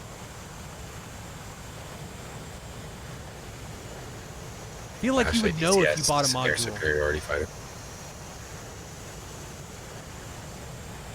An investment? I don't know. She is an awesome wife for allowing me to do the things that I do, though. Yeah. Sell those speakers? I don't know what you talking about my living room setup? Man, I'd buy myself a car. I if could sold live those. inside Moltar's theater speakers. They're that large. Like my room could fit inside one of his speakers. subs They're are the quite biggest things large. I've ever. It looks like a stack from like a concert venue. And I could probably move into his speaker. We're hiring movers because I don't want to move them. Oh, dude, you need a crane, bro. I think they better be well equipped. Well, the sub boxes, guys, I mean, they're only each. We got 2 boxes for subs, and I think they're 300 or 400 pounds a piece. And then the towers have 2 12-inch subs and stuff in them. My wife, when they came in the house, just looked at me like, I got this square. This is what I got. That's what I got. She just stared at me. No words were spoken. I just got this look like, I'm serious Damn right it, now. Moltar. She say that? I hope she calls you Moltar. No, she Damn it, Moltar. Her alias for the games that she plays, though, like her little phone games, is Mrs. Moltar, though. So it is funny. It is funny. She does embrace that. Ladies and gentlemen, that brings us to the end. ECV56 takes this 2-0 over Harpia in a really exciting matchup. 2-1. Sorry, 2-1. 2-1. You're right. 2-1. It wouldn't be normal if we didn't get the scoreboard messed up. Though. 2-1. I had to screw up something. Yeah, we're on brand. We're good. I had to That was screw for up the crowd. Yep. So that one was for you guys. I had to screw up something to make sure that this was indeed a SATAL stream and I was not an imposter of some sort. But ECV56 takes it 2-1 over Harpia in the longest match we've had in a while. I mean, that was an hour longer than we've had in a significant amount of time.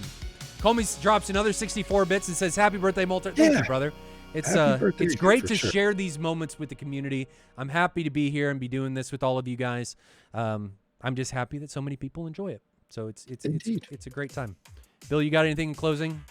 I know that me and the boys are about to go hit the public servers hard. So if y'all are looking for a good fight out there, me and the gang are going to be out there. This is Billy telling you that he wants you to come so he can kill you. Calling you out, and that be by you, I mean all you motherfuckers. Come try and beat us down. Let's see what you got. Jumper right now is looking for a challenge. So I'm going to go try and shoot his ass down. I'm going to be busy blowing shit up. You leave me the fuck alone. Remaining streams for this week, or next week, excuse me, are going to be... Let me pull this down here. Let me see. We're not going to be streaming next Saturday. I'm not streaming next Saturday because of Fight for Honor. Oh, okay, yeah. I'm not streaming next Saturday, so everybody be aware of that. There is no SATAL stream next Saturday. Closing, trust the notch. Exactly, Crispy. Trust the notch. Come on, website, load. It's taking forever. All right, so next streams are going to be Joint Task Force France taking on Task Force Trident, and then number 15 Battle Axe taking on Harpia. So Harpia comes back. Will they be able to avenge themselves after this loss against number 15? And then we take Saturday off, and then the week after, so the last week of September, we go back to Diamond League. TAW taking on Phoenix Task Force, followed by Golden Crown against 64th Aggressors. Ooh. So we got Gold League next week, and then the week after we go back to Diamond League for a couple matches. So Tuesday, Thursday. I'm probably not going to be streaming Saturday for the next couple ones because of Fight for Honor, and that's going to take precedent. Charity work for Folds of Honor, so that's going to be coming up soon. Look forward to that. It's gonna be Nope, fun. guys, don't show up and be like, "Where's Moltar?" Well, I'll be streaming, just not SATAL. It'll be Fight for Honor stuff. So there will be. I should say that But I there will think be that's streams. They're If you're just into not this, SATAL. no reason why you shouldn't be showing up for Folds of Honor. That is Yeah. going to be, especially, and there's been a lot of controversy over the G-Lim and stuff. I'm actually excited to see how that changes how people fight, because it certainly is entertaining when people are fucking cranking cheap handles and flipping switches to do all kinds of crazy stuff. But I would like to see things be a little bit more grounded in reality, and I'm actually really looking forward to this thing Saturday to see how people kind of fight it out with those type of conditions. So it's going to be good. It's going to be really good. I need to backtrack again what I said. There will not be a stream this Saturday because I have to make sure that I get everybody through their rounds, and streaming it's more important for me to make sure everybody gets through the early rounds than streaming them. So the weekend of October 4th, we will be streaming Saturday and Sunday. But this weekend, we're probably not streaming because the important thing is to get everybody through the opening rounds and make sure that things run smoothly before we get to the closing stuff. But that's going to be it for me, ladies and gentlemen. Huge shout-outs to all of our sponsors. During the next stream, we'll be going over again the button box from Black Hog. We're going to be talking about that again, and I'll be kind of reiterating what I said last week. I just want to make sure that everybody knows, and we'll talk about some other hardware. So I want everybody, Billy, maybe you can think about some of your favorite hardware. Chad, think about your favorite hardware. But we'll talk about that on Tuesday during the next stream as it gets closer. But guys, it's been awesome. As always, have a good one. Fly safe in those virtual skies. And until then, see you later.